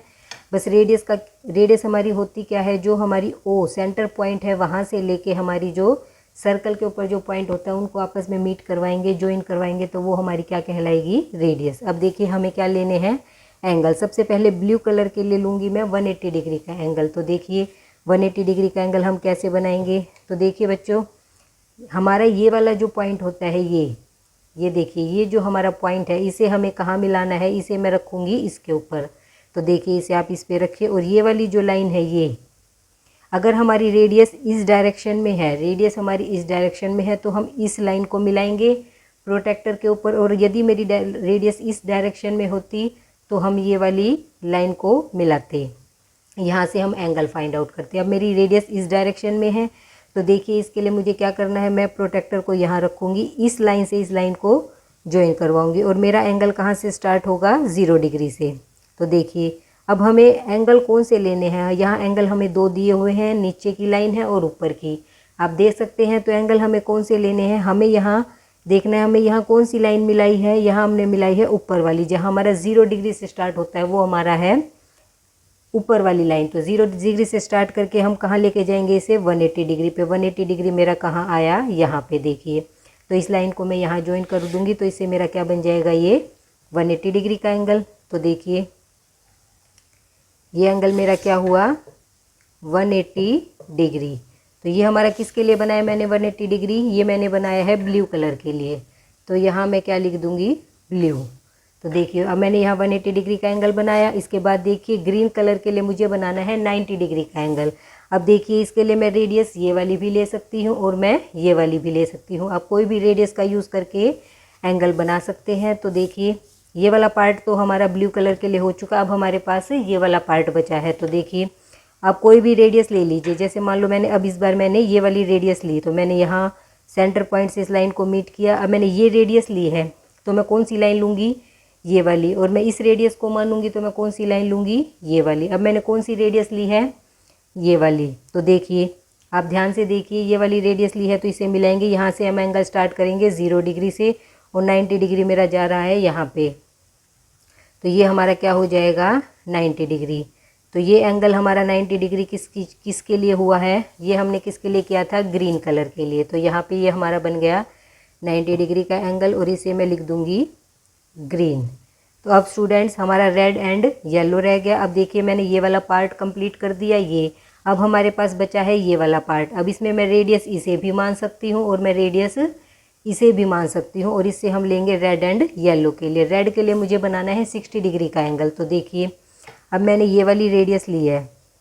अब देखिए अगर मैं ये रेडियस लूँ, मैं ये वाली रेडियस लूँ तो मेरा एंगल 0 से स्टार्ट नीचे वाली लाइन में हो रहा है या ऊपर वाली में। आप देखिए हमारा एंगल 0 से स्टार्ट हो रहा है नीचे वाली लाइन में। तो अब एंगल कौन से लेंगे हम, नीचे वाली लाइन के। तो नीचे वाली लाइन में देखिए हमारा 60 डिग्री का एंगल यहाँ आ रहा है। देखिए ऊपर ही हमारा एंगल कितने का दिखा रहा है, 120 का। लेकिन हमें कहाँ से स्टार्ट करना है, 0 से।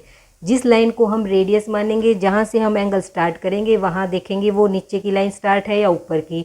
वहाँ से 0 डिग्री स्टार्ट करके और जितने का एंगल हमें लेना है हम वहाँ पे निशान लगा देंगे और यहाँ से हमारा ये एंगल बना 60 डिग्री का। तो ये 60 डिग्री का एंगल हमारा ये वाला बना या ये हमने यहाँ से स्टार्ट करके यहाँ तक लेके गए तो ये वाला हमारा बना 60 डिग्री और ये हमारा है रेड कलर। तो देखिए बच्चों हमारे पास सिर्फ 4 ही कलर हैं और 4 में से 3 के मैं ड्रॉ कर चुकी हूँ, तो चौथे का हमें क्या होएगा, ऑटोमेटिक मिल जाएगा। तो ये हमारा कौन सा होगा, 30 डिग्री का, और ये हमारा किसके लिए होगा, येलो के लिए। और इसे हम चेक करके देखेंगे कि ये हमारा 30 डिग्री का एंगल बन रहा है या नहीं। तो इसके लिए हमें क्या करना पड़ेगा, इसके लिए हमें ये वाली रेडियस ले सकते हैं हम। देखिए इसके लिए मैंने क्या ली, ये वाली रेडियस ली। देखिए इस लाइन को मैंने यहाँ से मीट करवाया, यहाँ 0 मेरा ऊपर की लाइन पे आ रहा है, तो यहाँ मेरा 0 ऊपर से स्टार्ट हो रहा है, तो मैं यहाँ पे 30 डिग्री देखूंगी, मेरे को ऊपर वाले नंबर देखने पड़ेंगे। तो मेरा ये कितने का एंगल बन रहा है, 30 का। तो ठीक है स्टूडेंट्स, आपको समझ आया हमें पाई चार्ट कैसे ड्रॉ करना है। क्वेश्चन नंबर 4 देखिए, the adjoining pie chart gives marks scored in an examination by a student in Hindi, English, math, SS and science. तो स्टूडेंट्स इसमें हमें क्या दिया हुआ है, हमें एक पाई चार्ट गिवन है और एक स्टूडेंट को हिंदी, इंग्लिश, मैथ, साइंस और एसएस सब सब्जेक्ट में मिला के marks obtained by the student वर 540। तो उसे 540 मार्क्स मिले हैं टोटल।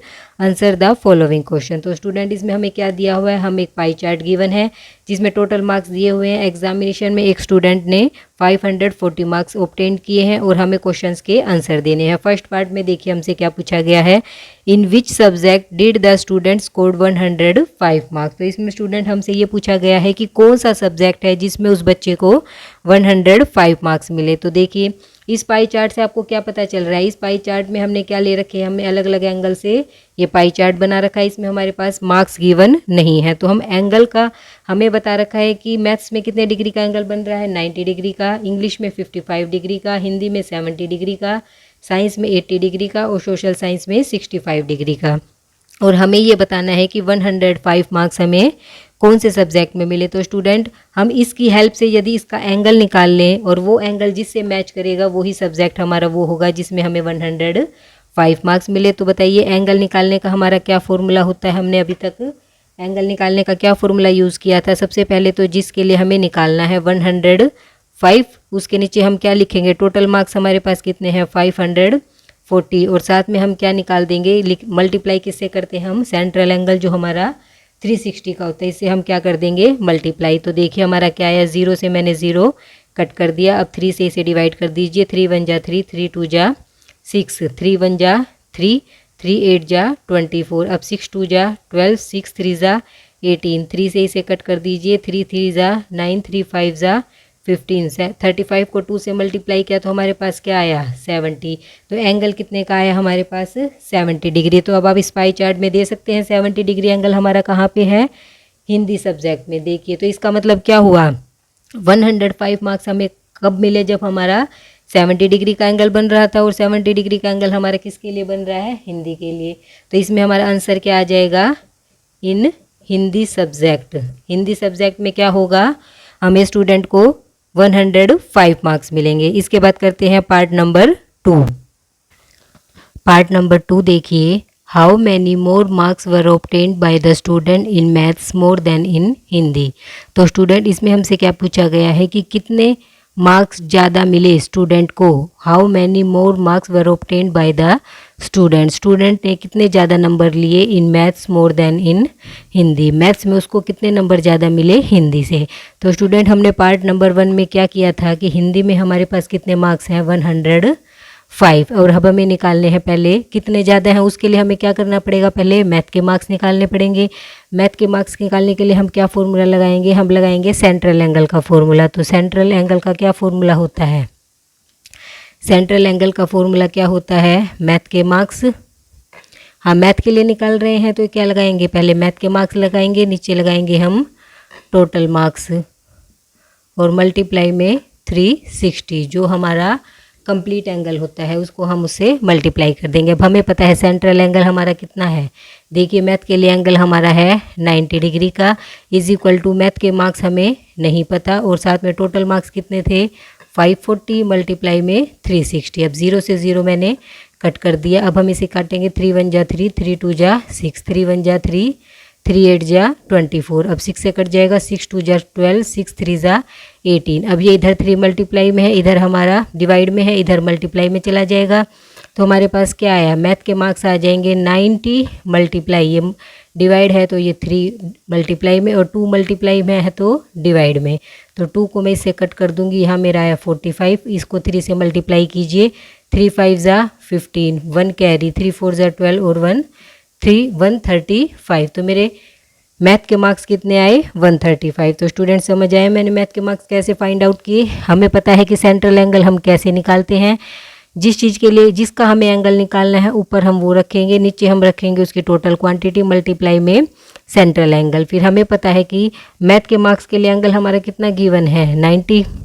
मैथ के मार्क्स हमें नहीं पता तो मैथ के मार्क्स लिखेंगे नीचे, 540 हमारे टोटल मार्क्स है, मल्टीप्लाई में 360। तो इस रूल का यूज़ करके हम क्या निकाल देंगे, हम मैथ के मार्क्स निकाल लेंगे। अब देखिए मैथ के मार्क्स ज़्यादा हैं हिंदी से, और हमें ये बताना है कि कितने ज़्यादा हैं। इसके लिए हम क्या कर देंगे, सब्ट्रैक्ट। तो हम लिखेंगे 135 माइनस 105। तो देखिए 5 में से 5 गया 0, 3 में से 0 गए 3, तो हमारे क्या आ जाएंगे 30 मार्क्स मोर इन मैथ्स। तो स्टूडेंट को मैथ्स में 30 मार्क्स ज़्यादा मिले देन हिंदी। तो स्टूडेंट समझ आए आपको क्वेश्चन नंबर 4 का पार्ट 2। इसके बाद करते हैं हम पार्ट नंबर 3। पार्ट नंबर 3 देखिए, examine whether the sum of the math marks obtained in social science and math is more than in science and Hindi. तो स्टूडेंट इसमें हमें क्या बताना है, हमें चेक करके बताना है कि जो हमारे सोशल साइंस और मैथ के मार्क्स हैं, यदि हम उसका क्या कर दें, सम कर दें, तो क्या वो हमारा मोर मतलब ज़्यादा होगा यदि हम साइंस और हिंदी के मार्क्स को प्लस कर दें। तो देखिए सबसे पहले हमें क्या करना होगा, हमें चारों सब्जेक्ट के मार्क्स पता होने चाहिए। तो हमारे पास हिंदी के मार्क्स हमें पता है, हिंदी के मार्क्स कितने हैं, हमारे हिंदी के मार्क्स हैं उसके 105, ये हमने फर्स्ट पार्ट में किया था। इसके बाद मैथ के मार्क्स कितने हैं, मैथ के मार्क्स भी किए थे 135, ये मैं पार्ट नंबर 2 में कर चुकी हूँ।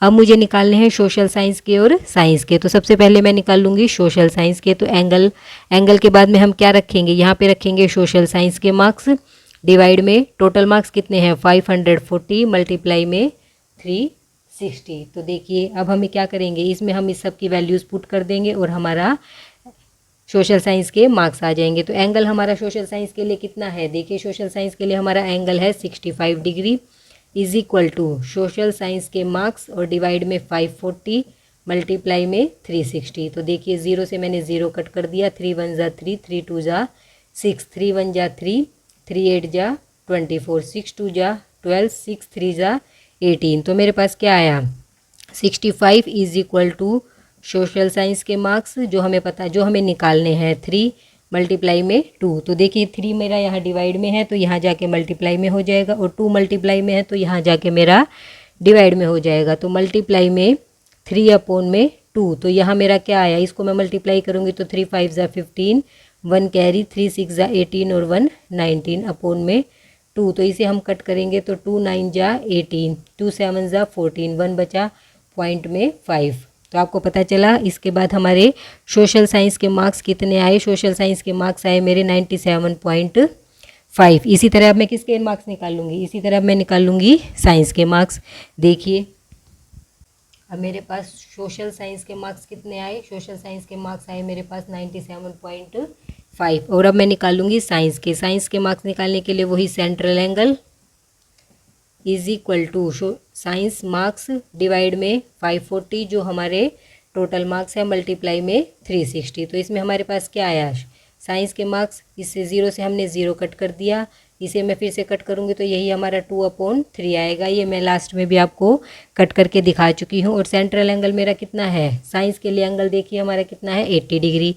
तो यहाँ हमारे पास क्या आ जाएगा 80 is equal to science marks upon में 3 मल्टीप्लाई में 2। तो यहाँ भी क्या होगा, यहाँ मेरा ये 3 अपॉन में 2, 3 हमारा ऊपर चला जाएगा और 2 मेरा नीचे आ जाएगा। तो इसे हम कट कर देते हैं, 2 4 जा 8 और 0 इज इक्वल टू 4 3 जा 12, 120। तो ऐसे साइंस के मार्क्स मेरे कितने आए, साइंस के मार्क्स आए मेरे 120।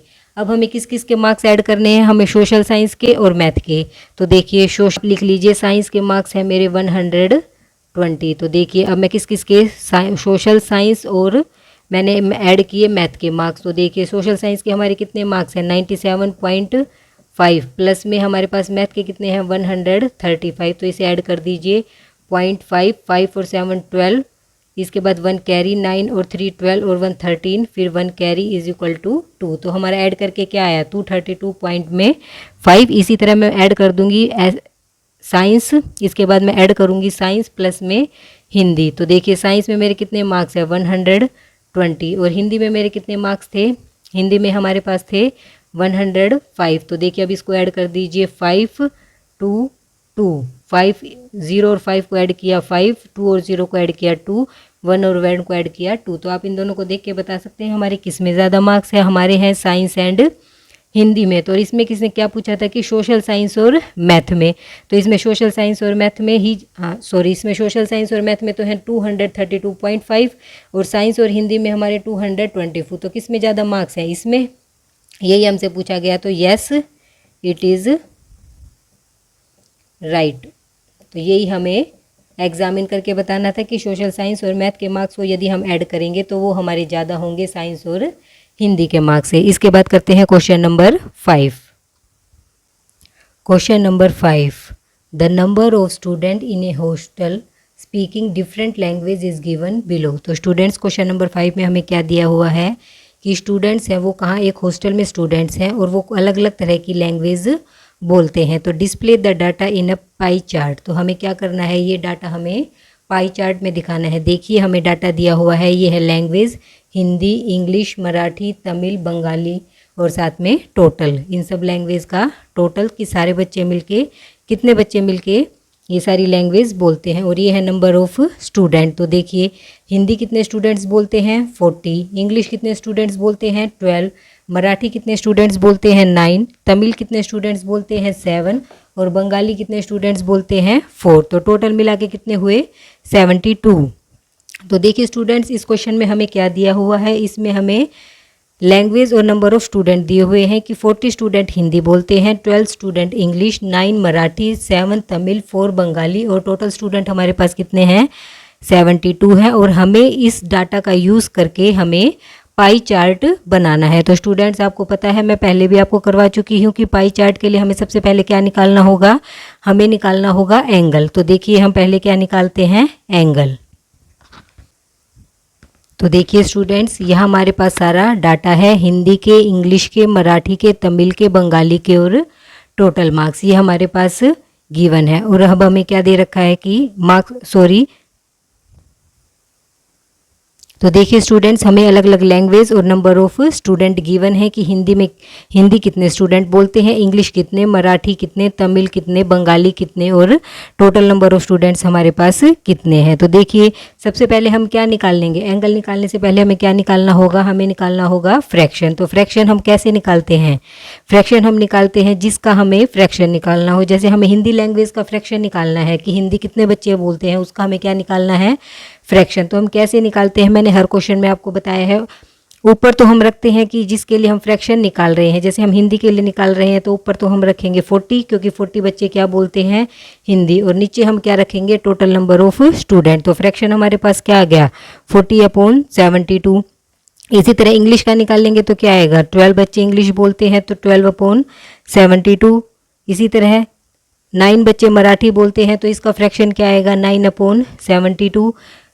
7 बच्चे तमिल बोलते हैं तो इसका आएगा 7/72 और 4 बच्चे बंगाली बोलते हैं तो 4/72। तो स्टूडेंट्स आपको समझ आया कि मैंने फ्रैक्शन कैसे निकाला। इसके बाद हम निकालेंगे एंगल। तो एंगल निकालने के लिए क्या करना पड़ता है, हमें 360 से मल्टीप्लाई। तो फ्रैक्शन को हम किससे मल्टीप्लाई कर देंगे 360 से। इसीलिए मैंने इस फ्रैक्शन को यहाँ कट नहीं किया ताकि यहाँ मुझे सोल्व करने में आसानी हो। तो देखिए अब हम क्या करेंगे 4/72 मल्टीप्लाई में 360। इसी तरह इंग्लिश के लिए भी सबको क्या कर देंगे 360 से मल्टीप्लाई और हमारे पास आ जाएगा एंगल। तो देखिए इसे हम कट कर देते हैं, ये हमारा 12 पे कट जाएगा, 12 6 जा 72, 12 3 जा 36 और साथ में हमारे पास आ गया 0। तो देखिए अभी हमारा 6 से फिर से कट जाएगा, 6 1 जा 6, 6 5 जा 30। तो देखिए इसी तरह मैं इन सबको कट करूंगी तो यहाँ मेरा क्या आएगा 5। तो सबको क्या कर देंगे हम, सबको 5 से मल्टीप्लाई। तो 40 को 5 से मल्टीप्लाई किया तो मेरे पास क्या आया 200, 4 5 ज़ा 20 और साथ में 0। यहाँ भी मैं इसको इससे कट करूँगी तो मेरा क्या आएगा 5। 12 को 5 से मल्टीप्लाई करेंगे तो क्या आएगा 12 5 ज़ा 60। इसी तरह 9 को मैं 5 से मल्टीप्लाई करूँगी तो 9 5 ज़ा 45। इसी तरह 7 को मैं 5 से मल्टीप्लाई करूँगी तो 7 5 ज़ा 35। और 4 को मैं 5 से करूँगी तो 4 5 ज़ा 20। तो देखिए स्टूडेंट्स, आपको समझ आया हमने एंगल कैसे फाइंड आउट किए। यहाँ मैंने 72 को अगर मैं 360 से कट करूँगी तो यहाँ मेरा क्या आया था 5। इसी तरह हर एंगल में मेरे पास यहाँ कटने के बाद 5 आएगा और मैंने आगे वाले नंबर को किससे मल्टीप्लाई कर दिया 5 से। तो मेरे पास क्या आ गए सारे एंगल। अब हमारे पास एंगल आ चुके हैं। एंगल निकालने के बाद हम क्या प्लॉट करेंगे पाई चार्ट। तो देखिए वो मैं आपको नोटबुक पे समझाती हूँ कि हम पाई चार्ट कैसे ड्रॉ करते हैं। तो देखिए ये हमारे सारे डाटा हैं जो हमें दिए हुए थे और ये सारे वो एंगल है जो हमने अभी अभी फाइंड आउट किए हैं। तो देखिए हिंदी के लिए मेरे पास आया है 200 का एंगल, इंग्लिश लैंग्वेज के लिए आया है 60 का एंगल, मराठी के लिए आया है 45 का एंगल, तमिल के लिए आया है 35 का एंगल, बंगाली के लिए आया है 25 का एंगल। तो अभी एंगल की हेल्प से हम क्या बनाएंगे, हम बनाएंगे पाई चार्ट। तो देखिए सबसे पहले स्टूडेंट्स मैंने क्या किया है, सबसे पहले देखिए मैंने एक सर्कल बना लिया। देखिए मैंने क्या लिया है एक सर्कल। हम सिंपल एक क्या बना लेंगे सर्कल। अब क्या करेंगे जिस ओ पॉइंट पे देखिए यहाँ से मैंने प्रकार रखे, ये देखिए इस पॉइंट पे प्रकार रख के मैंने क्या बनाया है एक सर्कल। इसका नाम मैंने रख दिया है ओ। अब हम क्या करेंगे, हम बनाएंगे एक रेडियस। तो देखिए मैंने ओ पॉइंट से लेके सर्कल के किसी भी पॉइंट को अगर हम टच करवाएंगे तो वो क्या हो जाएगी रेडियस। अगर मैं इसको ऐसे ओ पॉइंट से लेके अगर मैं यहाँ पे भी लाइन खींचूँ तो ये भी मेरी क्या होगी रेडियस। अगर मैं इस पॉइंट से लेके यहाँ तक भी लाइन खींचूँ तो ये भी मेरी क्या होगी रेडियस। तो स्टूडेंट्स यदि हम किसी भी पॉइंट को, सेंटर वाले पॉइंट को रेडियस बनाने के लिए सर्कल के किसी भी पॉइंट पे मिलाएंगे तो वो हमारी क्या कहलाएगी रेडियस। तो रेडियस क्या होती है, सेंटर वाले पॉइंट से लेके जो हमारा सर्कल है उस पॉइंट तक हम उसका जो गैप होता है उसे हम जब मिलाते हैं तो वो हमारी रेडियस कहलाती है। तो देखिए अब इसकी हेल्प से हम क्या बनाएंगे, हम बनाएंगे एंगल। तो देखिए सबसे पहले मेरे पास है हिंदी में 200 का एंगल है। तो देखिए सबसे पहले मैं हिंदी का छोड़ देते हैं, हम आगे बनाते हैं। पहले इंग्लिश का बनाती हूँ मैं। इंग्लिश का मैंने बनाया 60 डिग्री का एंगल। तो देखिए सबसे पहले मैंने आपको क्या तरीका सिखा रखा है, मैंने और क्वेश्चंस में भी आपको बताया है कि एंगल हम कैसे बनाते हैं। तो देखिए जैसे मेरे पास ये क्या है, ये हमारे पास प्रोटेक्टर है, इसका ये वाला पॉइंट हम मिलाएंगे इस सेंटर पॉइंट पे और लाइन इसमें दो है। तो देखिए बच्चों आपको कंफ्यूज होने की ज़रूरत नहीं है, इसमें दो लाइन है, एक ये वाली लाइन और एक ये वाली लाइन। तो आप बताइए इसमें हम अगर मैंने रेडियस इस साइड की ली है, मैंने रेडियस इस साइड की ली है तो यहाँ हम ऊपर वाले एंगल मेंशन करेंगे और मैंने अगर रेडियस इस साइड की ली है तो मैं यहाँ नीचे वाले मेंशन करूँगी। तो देखिए सबसे पहले मैंने यहाँ से इस पॉइंट पे इसे रखा और मैंने यहाँ से इस लाइन को मिलाया। अब देखिए मेरे को बनाना है 60 डिग्री का एंगल। तो यहाँ ऊपर हमारा 0 डिग्री से स्टार्ट है और हम 60 लेके जाएंगे यहाँ पे। तो ये मेरा क्या बन गया 60 डिग्री का एंगल। तो ये हमारा आया, देखिए ये हमारा 60 डिग्री का एंगल बन चुका है। और ये हमारा किसके लिए है, ये हमारा है इंग्लिश के लिए। ये हमारा किसके लिए है, इंग्लिश के लिए। तो आपको समझ आया मैंने 60 डिग्री का एंगल कैसे बनाया। अब नेक्स्ट देखिए बच्चों, मराठी के लिए मुझे बनाना है 45 का एंगल। तो देखिए ये हम कैसे बनाएंगे, इसी तरह मैंने ये रेडियस ली। जैसे ये पार्ट्स तो हमारा, ये वाला पार्ट हमारा अलग हो चुका है, ये मैंने इंग्लिश सब्जेक्ट के लिए है। अब इसी तरह यहाँ से रेडियस लीजिए। अब देखिए मैंने इस रेडियस को मिलाया, देखिए इस रेडियस को मैंने मिलाया इस पॉइंट पे और यहाँ से मैंने इस लाइन को यहाँ से मीट करवाया। तो देखिए यहाँ मेरे एंगल 0 एंगल स्टार्ट करेंगे, वो नीचे वाली लाइन में है। देखिए ये जो मेरा 0 एंगल है वो नीचे वाली लाइन है। तो यहाँ एंगल हम नीचे वाले मेंशन करेंगे। 40 से 45 हमारा आया यहाँ पे। तो देखिए ये मेरा एंगल बन गया, ये एंगल मेरा बना 45 डिग्री का। तो ये हमारा किस सब्जेक्ट के लिए हुआ, ये हमारा कौन सी लैंग्वेज के लिए हुआ, ये हमारा हुआ मराठी के लिए।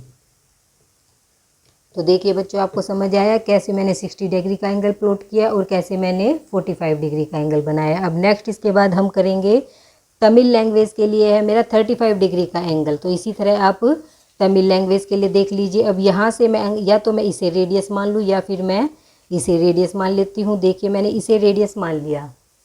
देखिए बच्चों, मैंने इस वाली लाइन, जैसे ये वाला लाइन मेरा, ये पोर्शन मेरा कवर हो चुका है, तो मैं या तो इसे रेडियस मानूंगी या फिर मैं इसे रेडियस मान के इस पॉइंट पे मैं इस प्रोटेक्टर को रख के क्या बनाऊंगी, 35 डिग्री का एंगल। तो तरीका हमारा वही है। ओ पॉइंट से मैं इस लाइन को, ओ पॉइंट से मैं, देखिए ओ पॉइंट से मैंने इस लाइन को, इस लाइन के ऊपर मैंने प्रोटेक्टर को रखा और यहाँ से मैंने ये वाली लाइन मीट करवाई। देखिए इस लाइन को इस लाइन से जब मैंने साथ में रखा तो हमारा कौन सा एंगल, जीरो एंगल कहाँ है, नीचे की साइड। तो हमारे एंगल कौन से मेंशन होंगे, नीचे वाले, ना कि ऊपर वाले। तो देखिए नीचे हमारा 0 से स्टार्ट होके 35 डिग्री मेरा कहाँ जा रहा है, 35 डिग्री मेरा जा रहा है यहाँ पे। तो ये एंगल मेरा हो जाएगा 35 डिग्री। तो ये मेरा किसके लिए हुआ, 35 डिग्री हमारा किसके लिए हुआ, ये हमारा हुआ तमिल के लिए।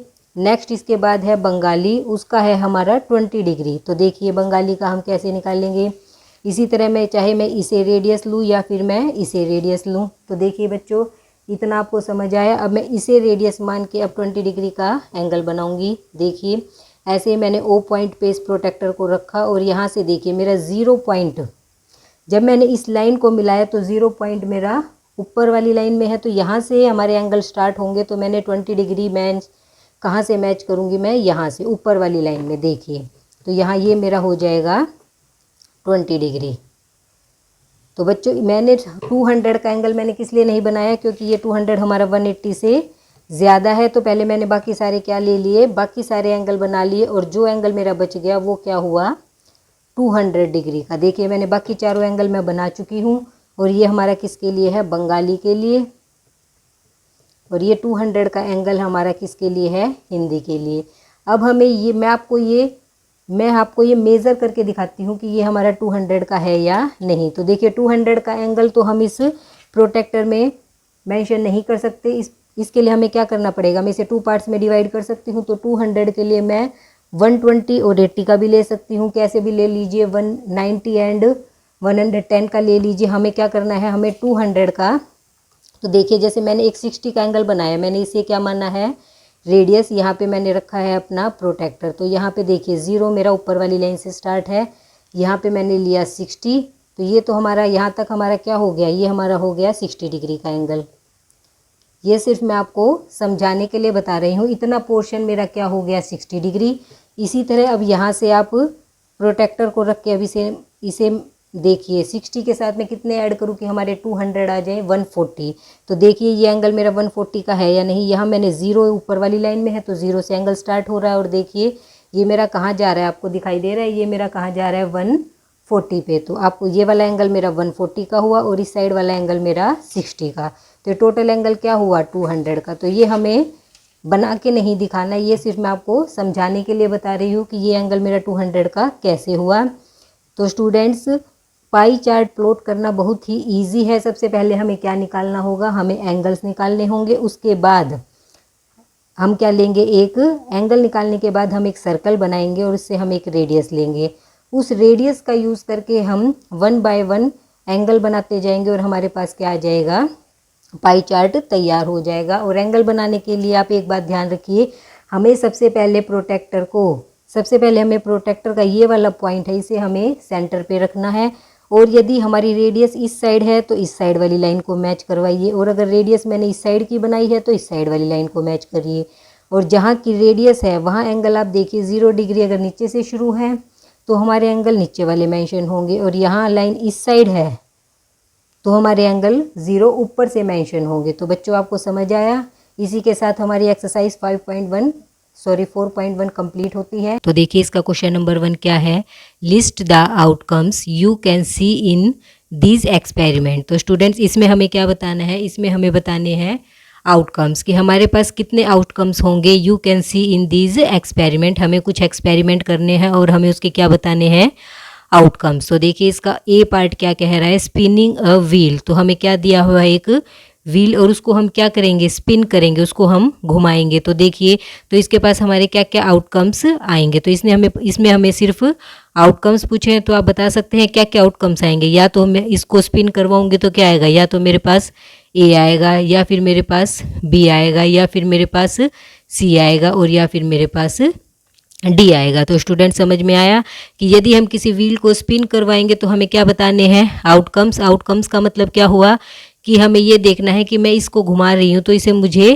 क्या क्या मिल सकता है। तो देखिए मुझे ए मिल सकता है, बी मिल सकता है, सी मिल सकता है या फिर डी मिल सकता है। अब करते हैं next part, tossing two coins together. तो स्टूडेंट्स मैंने इंट्रोडक्शन वीडियो में आपको बताया था कि यदि हम किसी कॉइन को टॉस करते हैं तो हमारी क्या पॉसिबिलिटी होती है, क्या आउटकम्स होते हैं कि या तो मेरा हेड आएगा या फिर मेरा टेल आएगा। लेकिन यहाँ हमें यहाँ पे टुगेदर टू कॉइन्स, हमें यहाँ पे टू कॉइन्स को टॉस करना है। तो मेरे पास टू कॉइन है, यदि मैं दो कॉइन को टॉस करूँ तो मेरी क्या आउटकम्स होंगी। देखिए या तो मेरे दोनों कॉइन्स में क्या होगा, दोनों कॉइन्स में मेरे पास हेड आ सकता है या फिर मेरे दोनों कॉइन्स में टेल आ सकता है, या मेरे पहले वाले कॉइन में हेड और दूसरे वाले कॉइन में टेल आ सकता है, या फिर मेरे पास पहले वाले कॉइन में टेल और दूसरे वाले कॉइन में हेड आ सकता है। तो स्टूडेंट्स आपको समझ आया हमें आउटकम्स कैसे निकालते हैं।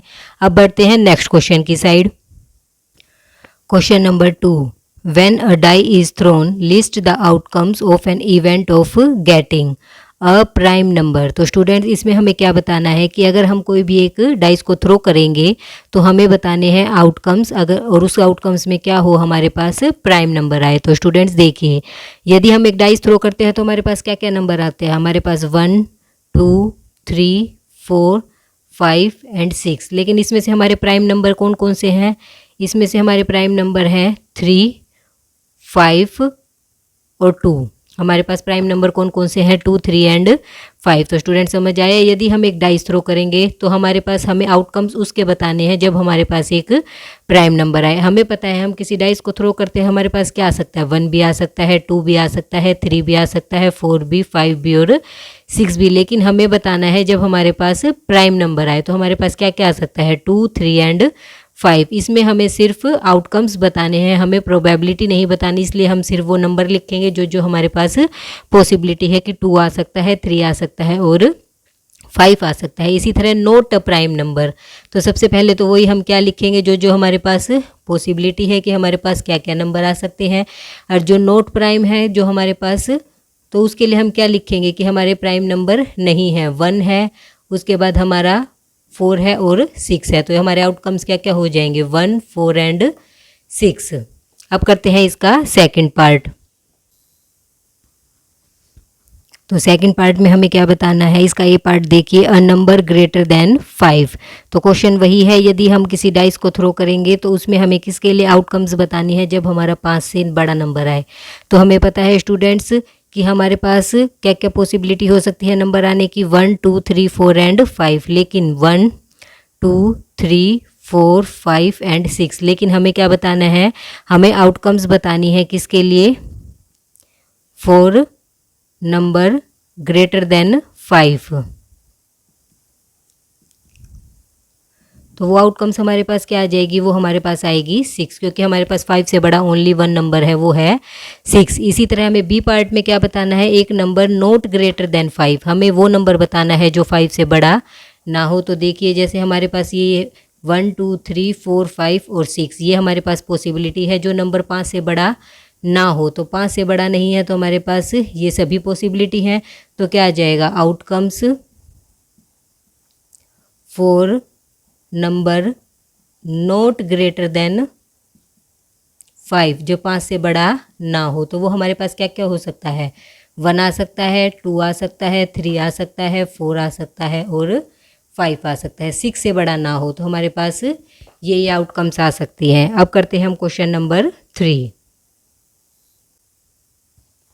क्वेश्चन नंबर 3 देखिए, find the probability of the pointer D stopping D in 1 का ए पार्ट। तो स्टूडेंट क्वेश्चन नंबर 1 में हमारे पास यहाँ एक व्हील दिया हुआ था और उसमें क्या बताया गया था, हम इस व्हील को स्पिन करवाएं तो हमारा जो पॉइंटर है वो स्टॉप हो जाए डी पे।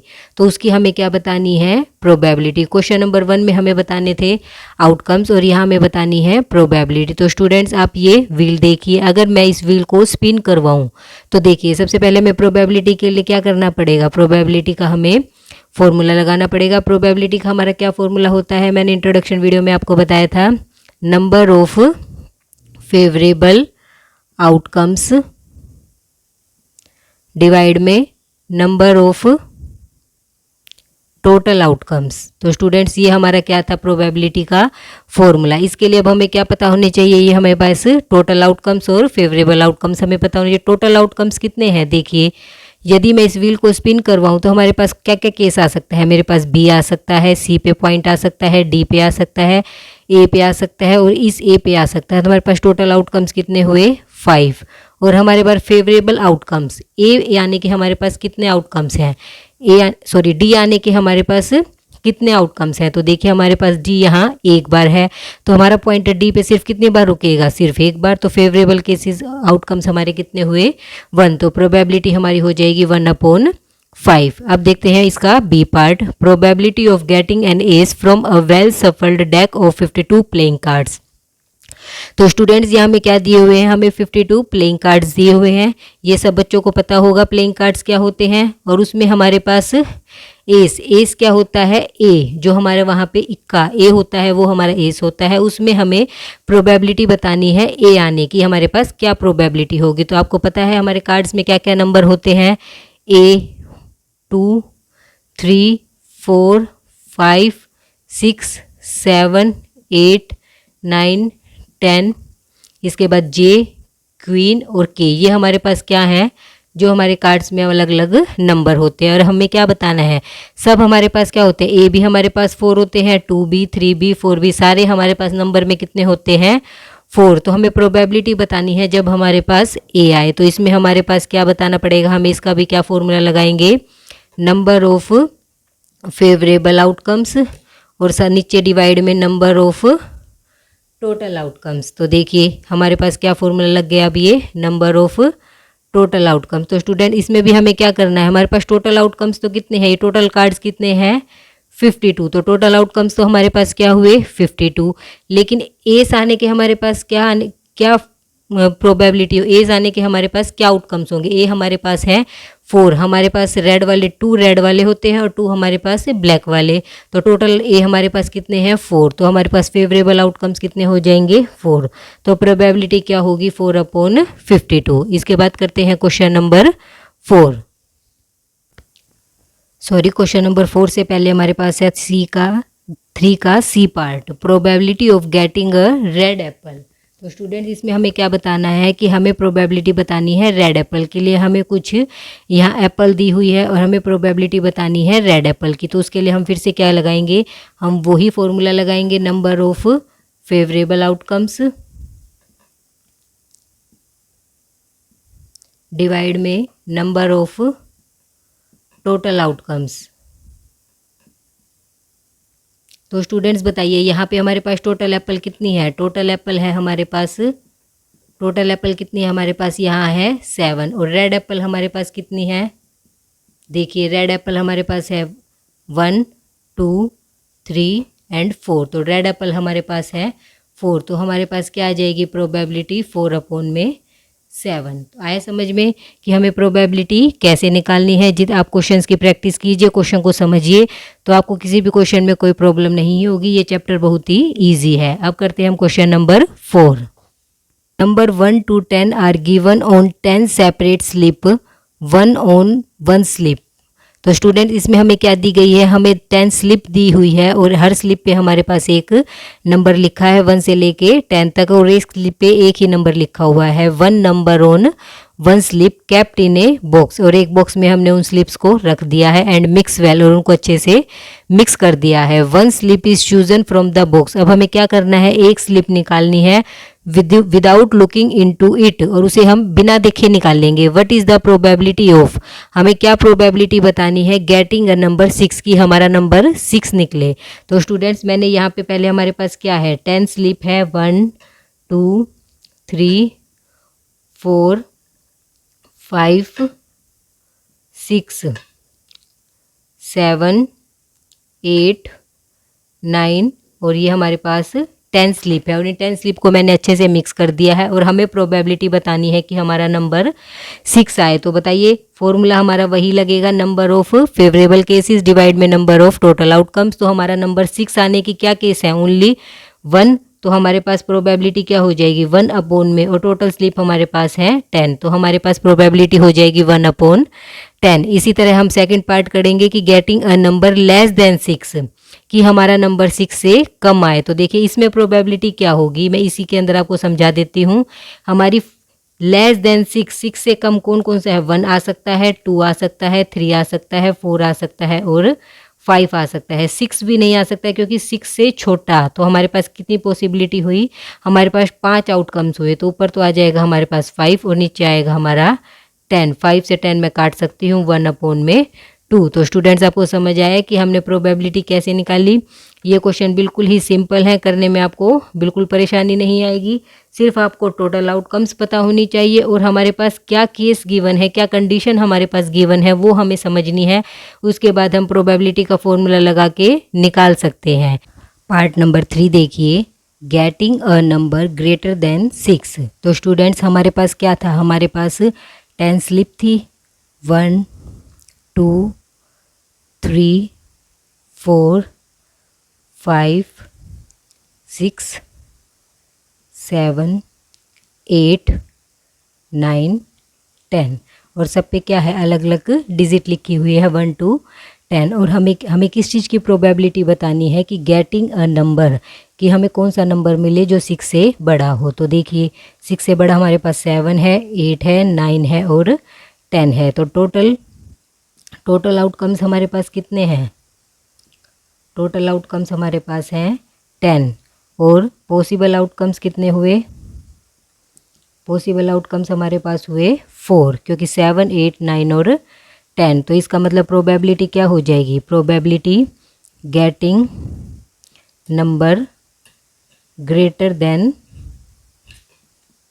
6, उसके लिए हमारे पास क्या प्रोबेबिलिटी हो जाएगी। तो या हम ये लिख सकते हैं PA इज इक्वल टू क्या होएगा, नंबर ऑफ फेवरेबल आउटकम्स और डिवाइड में नंबर ऑफ टोटल आउटकम्स। तो हमारे पास हो जाएगा 4 अपॉन 10। हम 2 से डिवाइड करेंगे, 2 2 जा 4, 2 5 जा 10। तो हमारे पास प्रोबेबिलिटी क्या आई, 2 अपॉन में 5। अब नेक्स्ट पार्ट देखिए, गेटिंग अ नंबर डिजिट 1, सिर्फ हमारे पास 1 डिजिट का ही नंबर हो। तो देखिए हमारे पास, मैं फिर से वही 10 स्लिप ले लेती हूँ, 1 2 3 4 5 6 7 8 9 और ये हमारे पास 10।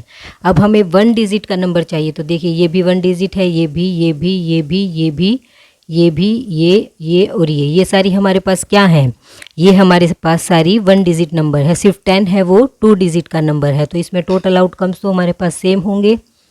टोटल आउटकम्स है हमारे पास 10 और number of possible outcomes, possible outcomes हमारे पास कितने हैं, 9। तो इसका मतलब हमारी प्रोबेबिलिटी क्या आ जाएगी, 9 अपॉन 10। फॉर्मूला सेम लगेगा कि भाई हमारे इसमें हम क्या फॉर्मूला लिखेंगे, फॉर्मूला आपको हर क्वेश्चन में लिखना है कि ऊपर तो हम लिखेंगे number of favourable cases, favourable, और नीचे लिखेंगे नंबर ऑफ टोटल आउटकम्स। तो स्टूडेंट आपको फॉर्मूला हर क्वेश्चन में लिखना है और बिल्कुल फॉर्मूला लगा के हमें प्रोबेबिलिटी निकालनी है। इसके बाद करते हैं हम question number 5। Question number 5, if you have a spinning wheel with 3 green sector, 1 blue sector and 1 red sector. तो स्टूडेंट इस क्वेश्चन में हमें क्या दिया हुआ है, हमें एक स्पिनिंग व्हील गिवन है जिसमें हमारे पास 3 तो ग्रीन सेक्टर है, 1 ब्लू और 1 रेड। ये डायग्राम हमें क्वेश्चन में गिवन नहीं है, ये हमें खुद बनाना है। ये हमें, जैसे मैंने इसमें क्या किया, एक व्हील बना लिया और इसमें मैंने 3 ग्रीन सेक्टर बनाए हैं, 1 रेड और 1 ब्लू, जो क्वेश्चन में मुझे गिवन है। What is the probability of getting a green sector, मुझे प्रोबेबिलिटी किसकी बतानी है कि मुझे ग्रीन सेक्टर मिले। तो देखिए स्टूडेंट, सबसे पहले हमें पता होना चाहिए कि हमारे टोटल आउटकम्स कितने हैं। टोटल आउटकम्स हमारे पास कितने हैं, 5, 1 2 3 4 एंड 5। तो टोटल आउटकम्स हमारे पास कितने हुए, 5। और फेवरेबल आउटकम्स हमारे पास कितने हुए कि हमें ग्रीन मिले, favourable outcomes for getting green sector के लिए हमारे फेवरेबल आउटकम्स कितने हैं, 1 2 और 3। तो इसका मतलब हमारी प्रोबेबिलिटी क्या आ जाएगी, प्रोबेबिलिटी हमारी आ जाएगी 3 अपॉन में 5। ऊपर तो फेवरेबल आउटकम्स और नीचे टोटल आउटकम। तो स्टूडेंट आपको समझ आया कि हमें ग्रीन सेक्टर के लिए क्या प्रोबेबिलिटी लेगी 3/5। इसी तरह हमें प्रोबेबिलिटी निकालनी है नोट अ ब्लू सेक्टर, ब्लू नहीं हो, तो हमारा ब्लू नहीं होना चाहिए। ये वाला लाइन आप ध्यान से समझिएगा, नोट अ ब्लू, ब्लू को छोड़ के कुछ भी हो सकता है, मतलब ये ग्रीन भी हो सकता है और रेड भी। तो फिर इसके लिए क्या आएगा, favourable outcomes for getting not a blue. जो हमें ब्लू सेक्टर नहीं मिलेगा उसके लिए फेवरेबल आउटकम्स हमारे कितने होंगे, 1 2 3 4। तो हमारे आउटकम्स कितने हुए, 4। तो इसमें प्रोबेबिलिटी क्या आ जाएगी, नॉट ब्लू के लिए हमारी प्रोबेबिलिटी आ जाएगी 4/5, क्योंकि टोटल आउटकम्स हमारे पास कितने हैं 5, और जिसमें ब्लू ना आए वो आउटकम्स हमारे पास हैं 4, इसीलिए हमारा इसकी प्रोबेबिलिटी आ जाएगी 4/5। अब करते हैं क्वेश्चन नंबर 6।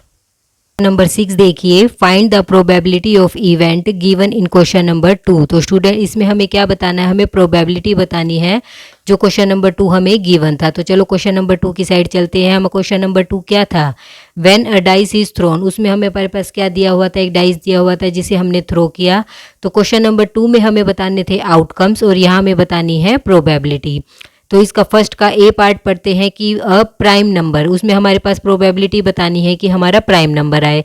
तो स्टूडेंट्स अगर हम किसी डाइस को थ्रो करेंगे तो हमारे पास क्या आ सकता है, 1 आ सकता है, 2 आ सकता है, 3 आ सकता है, 4 आ सकता है, 5 आ सकता है और 6 आ सकता है। तो टोटल आउटकम्स मेरे पास कितने हुए, टोटल आउटकम्स हुए मेरे पास 6। लेकिन फेवरेबल आउटकम्स हमारे पास कितने होंगे, प्राइम नंबर इसमें से कौन कौन से हैं, देखिए प्राइम नंबर है इसमें से 2 3 एंड 5। तो फेवरेबल आउटकम्स कितने हुए 3। तो प्रोबेबिलिटी हमारी पास क्या आ जाएगी, प्रोबेबिलिटी मेरे पास आ जाएगी प्राइम नंबर के लिए 3/6 इज इक्वल टू 1/2। इसी तरह इसका बी पार्ट क्या है, नोट अ प्राइम नंबर, कि हमारा वो एक प्राइम नंबर ना हो। तो इसी तरह मैंने यहाँ क्या लिख लिए, मैंने 6 नंबर लिख लिए। टोटल आउटकम्स मेरे पास कितनी होंगी, टोटल आउटकम्स मेरे पास होंगी 6। इसी तरह फेवरेबल आउटकम्स हमारे पास कितनी हो जाएंगी, नोट प्राइम नंबर छाटिए इसमें से, कि जो हमारे प्राइम नंबर ना हो वो कौन कौन सा हो सकता है, 1 4 एंड 6, ये हमारे प्राइम नंबर नहीं है। तो फेवरेबल केसेस भी हमारे पास कितने हुए 6। तो इसके लिए प्रोबेबिलिटी क्या होगी, नोट प्राइम के लिए, नोट प्राइम के लिए हमारी प्रोबेबिलिटी हो जाएगी 3/6 इज इक्वल टू 1/2। अब करते हैं इसका सेकंड पार्ट। इसका सेकंड पार्ट देखिए, अ नंबर ग्रेटर देन 5, हमें क्या बताना है, वो नंबर जो 5 से बड़ा हो उसके लिए प्रोबेबिलिटी बतानी है। हम वही 1 2 3 4 5 एंड 6। टोटल आउटकम्स तो हमारे सेम रहेंगे। तो टोटल आउटकम्स हमारे पास कितने हैं 6, और हमें बताने हैं जो नंबर 5 से बड़ा हो। 5 से बड़ा नंबर मेरे पास सिर्फ 6 है। तो फेवरेबल आउटकम्स मेरे पास कितना हो जाएगा 1। तो इसके लिए प्रोबेबिलिटी क्या आ जाएगी, प्रोबेबिलिटी आ जाएगी मेरी 1/6। इसी तरह मुझे बताना है a number note greater than 5। तो स्टूडेंट्स आप बताइए इसमें से हमारे पास कौन से नंबर हैं जो 5 से बड़े ना हो।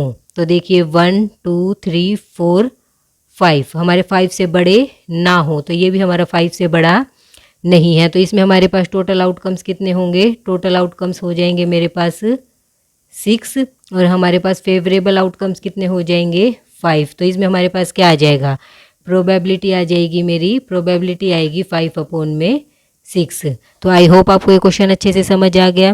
इसी के साथ स्टूडेंट्स हमारी एक्सरसाइज 4.2 कंप्लीट होती है। स्टूडेंट्स अब हम शुरू करते हैं क्लास 8 का चैप्टर नंबर 4 डाटा हैंडलिंग के एग्जाम्पल्स। देखिए एग्जाम्पल नंबर 1 क्या है, adjoining pie chart figure 4.4 gives the expenditure in percentage. तो स्टूडेंट इसमें हमें क्या गिवन है, हमें एक पाई चार्ट गिवन है और उसमें हमें क्या दिया हुआ है, एक्सपेंडिचर गिवन है अलग अलग परसेंटेज में ऑन वेरियस आइटम्स। अलग अलग आइटम्स का हमें क्या गिवन है, एक्सपेंडिचर की किस पे हमने कितना खर्च किया, and saving of a family during a month, और पूरे मंथ में कितनी तो एक्सपेंडिचर की है और कितनी हमने सेविंग की है, उसका हमें पूरा एक पाई चार्ट गिवन है। तो देखिए हमें इस पाई चार्ट में क्या बता रखा है कि सेविंग कितनी की है 15%, क्लोथ्स पे कितना खर्च किया है 10%, फूड पे 25%, एजुकेशन फॉर चिल्ड्रन उस पे हमने किया है 15%, हाउस रेंट पे 10% और ट्रांसपोर्ट पे 5% और अदर्स पे 20%। तो ये हमें दे रखा है एक मंथली पूरे मंथ में कितना एक्सपेंडिचर और कितनी सेविंग की है उसका एक पाई चार्ट है। तो देखिए फर्स्ट पार्ट हमें क्या पूछ रहा है, on which item the expenditure was maximum. तो कौन सा ऐसा आइटम है जिस पे एक्सपेंडिचर सबसे ज़्यादा हुआ है। तो ये आप इस पाई चार्ट को देख के ही बता सकते हैं कि कौन से आइटम पे एक्सपेंडिचर सबसे ज़्यादा हुआ है। तो देखिए 10%, 15, 25, 10, 15, 25। तो स्टूडेंट्स आप दे सकते हैं सबसे ज़्यादा किस पे है, सबसे ज़्यादा परसेंटेज क्या है 25%, और वो किस चीज़ पे हुई है, फूड पे। तो सबसे ज़्यादा एक्सपेंडिचर कौन से आइटम पे हुआ, तो यहाँ क्या आएगा हमारा, फूड। अब सेकंड पार्ट देखिए, expenditure on which item is equal to the saving of the family. तो हमें बताना है कि वो एक्सपेंडिचर कौन से आइटम पे है जो इक्वल है total saving of the family. अब देखिए टोटल सेविंग ऑफ फैमिली हमारी क्या है, देखिए टोटल सेविंग ऑफ फैमिली है 15%। तो यही पूछ रखा है कि एक्सपेंडिचर भी उतना ही हुआ है कि 15%। तो देखिए एक्सपेंडिचर भी हुआ है 15% कहीं पे, ये देखिए एजुकेशन फॉर चिल्ड्रन। तो यही हमसे पूछ रखा है कि expenditure on which item is equal, कि कौन से आइटम पे वो एक्सपेंडिचर है जो इक्वल होगा टोटल सेविंग ऑफ फैमिली। तो वो क्या होगा, education for children, education for children. अब करते हैं पार्ट नंबर 3। पार्ट नंबर 3 देखिए, if the monthly saving of the family is ₹3000। तो स्टूडेंट इसमें हमें क्या बताया गया है कि अगर हमारे पास मंथली सेविंग, उस फैमिली की मंथली सेविंग 3000 रुपीज़ है, तो what is the monthly expenditure on clothes. तो हमें क्या बताना है कि मंथली एक्सपेंडिचर क्लोथ्स पे कितना होगा। अब मंथली सेविंग हमें पता है क्या है, ये जो हमें एक पाई चार्ट गिवन है, ये पूरी उस फैमिली का पूरा मंथली चार्ट है कि मंथली सेविंग कितनी है और मंथली एक्सपेंडिचर कितना है। सेविंग इसमें क्या है 15% और बाकी सब क्या है, ये एक्सपेंडिचर। तो देखिए हमें क्या दे रखा है, 15% कितना हुआ, हमें गिवन है 3000। हमें यहाँ अमाउंट में दे दिया कि भाई monthly saving of the family is, तो क्या लिखेंगे कि मंथली सेविंग ऑफ फैमिली की मंथली सेविंग कितनी है 3000 रुपीज़। तो 3000 रुपीज़ इसका मतलब क्या है 15%। हमें सेविंग कितनी बता रखी है कि 15% है, तो वो कितनी हुई 3000 रुपीज़। और इसके लिए हमें क्या करना होगा, सबसे पहले हमें क्या पता होना चाहिए कि वो मंथली टोटल अमाउंट उस फैमिली के पास कितनी है, जिसमें से वो इतनी तो सेविंग करता है और इतना वो एक्सपेंडिचर करता है। तो टोटल हमने क्या मान लिया, टोटल अमाउंट कितना होगा उसके पास, टोटल अमाउंट हमने मान लिया x। तो हमें क्या बताना है 15% ऑफ x।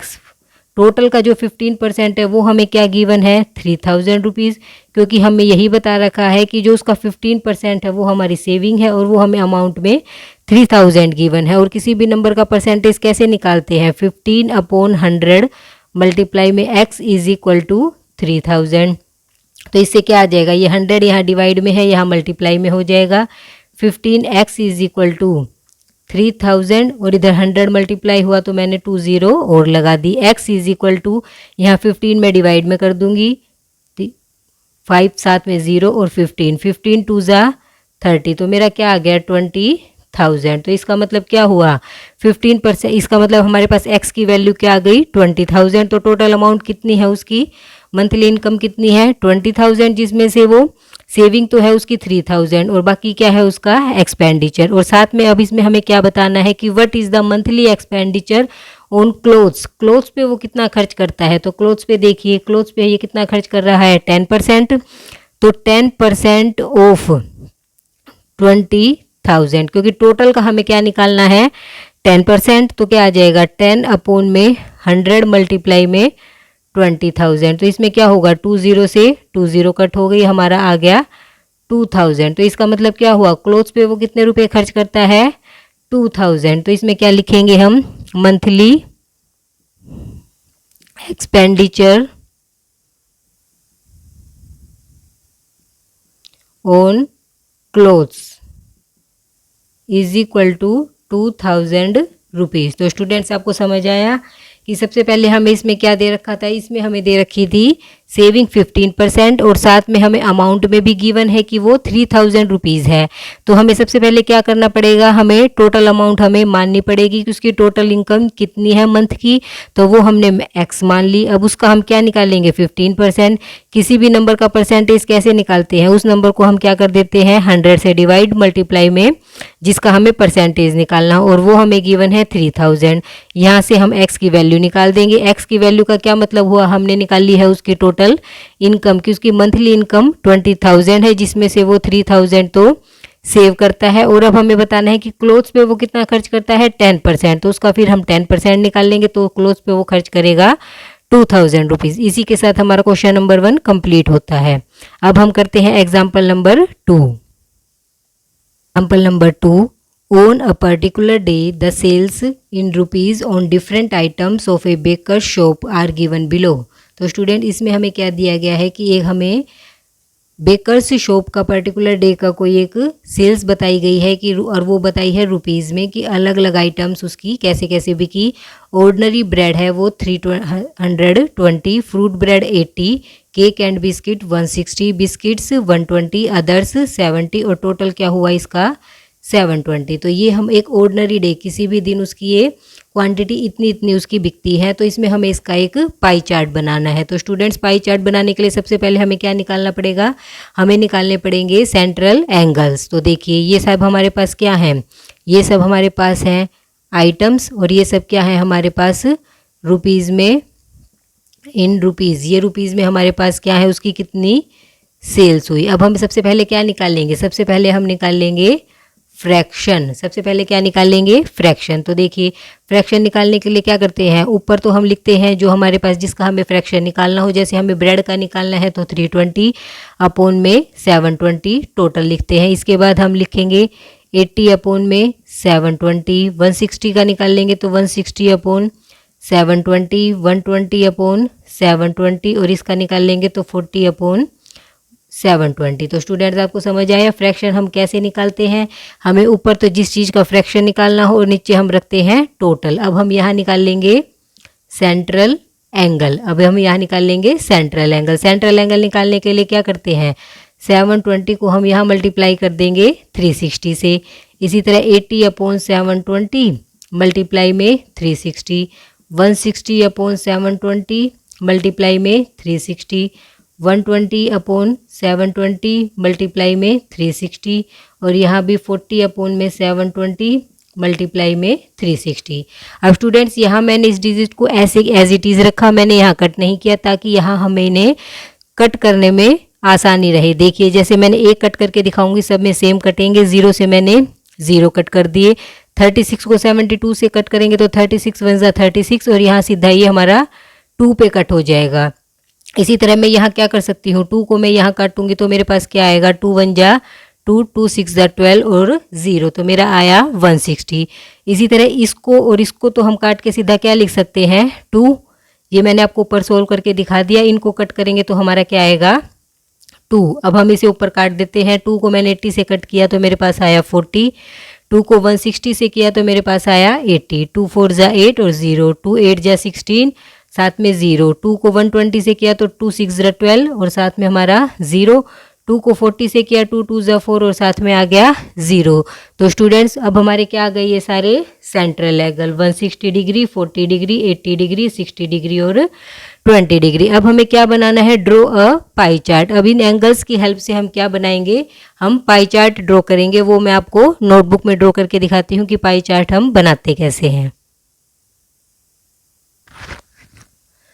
तो देखिए स्टूडेंट्स अब हमने क्या ले लिए है, या हमने अभी सभी आपको सेंट्रल एंगल निकाल के दिखाए थे कि ऑर्डिनरी ब्रेड के लिए 160 डिग्री का एंगल, फ्रूट ब्रेड के लिए 40 डिग्री का एंगल, केक एंड पेस्ट्रीज के लिए हमारे पास था 80 डिग्री का एंगल, बिस्किट्स के लिए 60 डिग्री का एंगल और अदर्स के लिए 20 डिग्री का एंगल। तो स्टूडेंट्स अभी इन एंगल की हेल्प से हम क्या बनाएंगे, पाई चार्ट। तो देखिए सबसे पहले मैंने क्या लिया, मैंने देखिए यहाँ एक बना लिया है सर्कल। तो सर्कल तो सिंपल है, वो आप सब बना सकते हैं।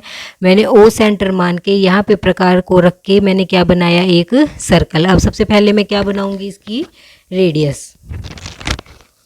तो देखिए स्टूडेंट्स रेडियस बनाने के लिए हम क्या करेंगे, हम इस ओ पॉइंट से लेके इस ओ पॉइंट से इस सर्कल का जो ऑन द पॉइंट है, ऑन द सर्कल, कहीं भी हम इसे मैच करवा सकते हैं तो वो हमारी क्या कहलाएगी, रेडियस। तो देखिए मैंने यहाँ पे इस ओ पॉइंट से लेके इस यहाँ तक एक मैंने लाइन खींच ली, वो मेरी क्या बन गई, रेडियस।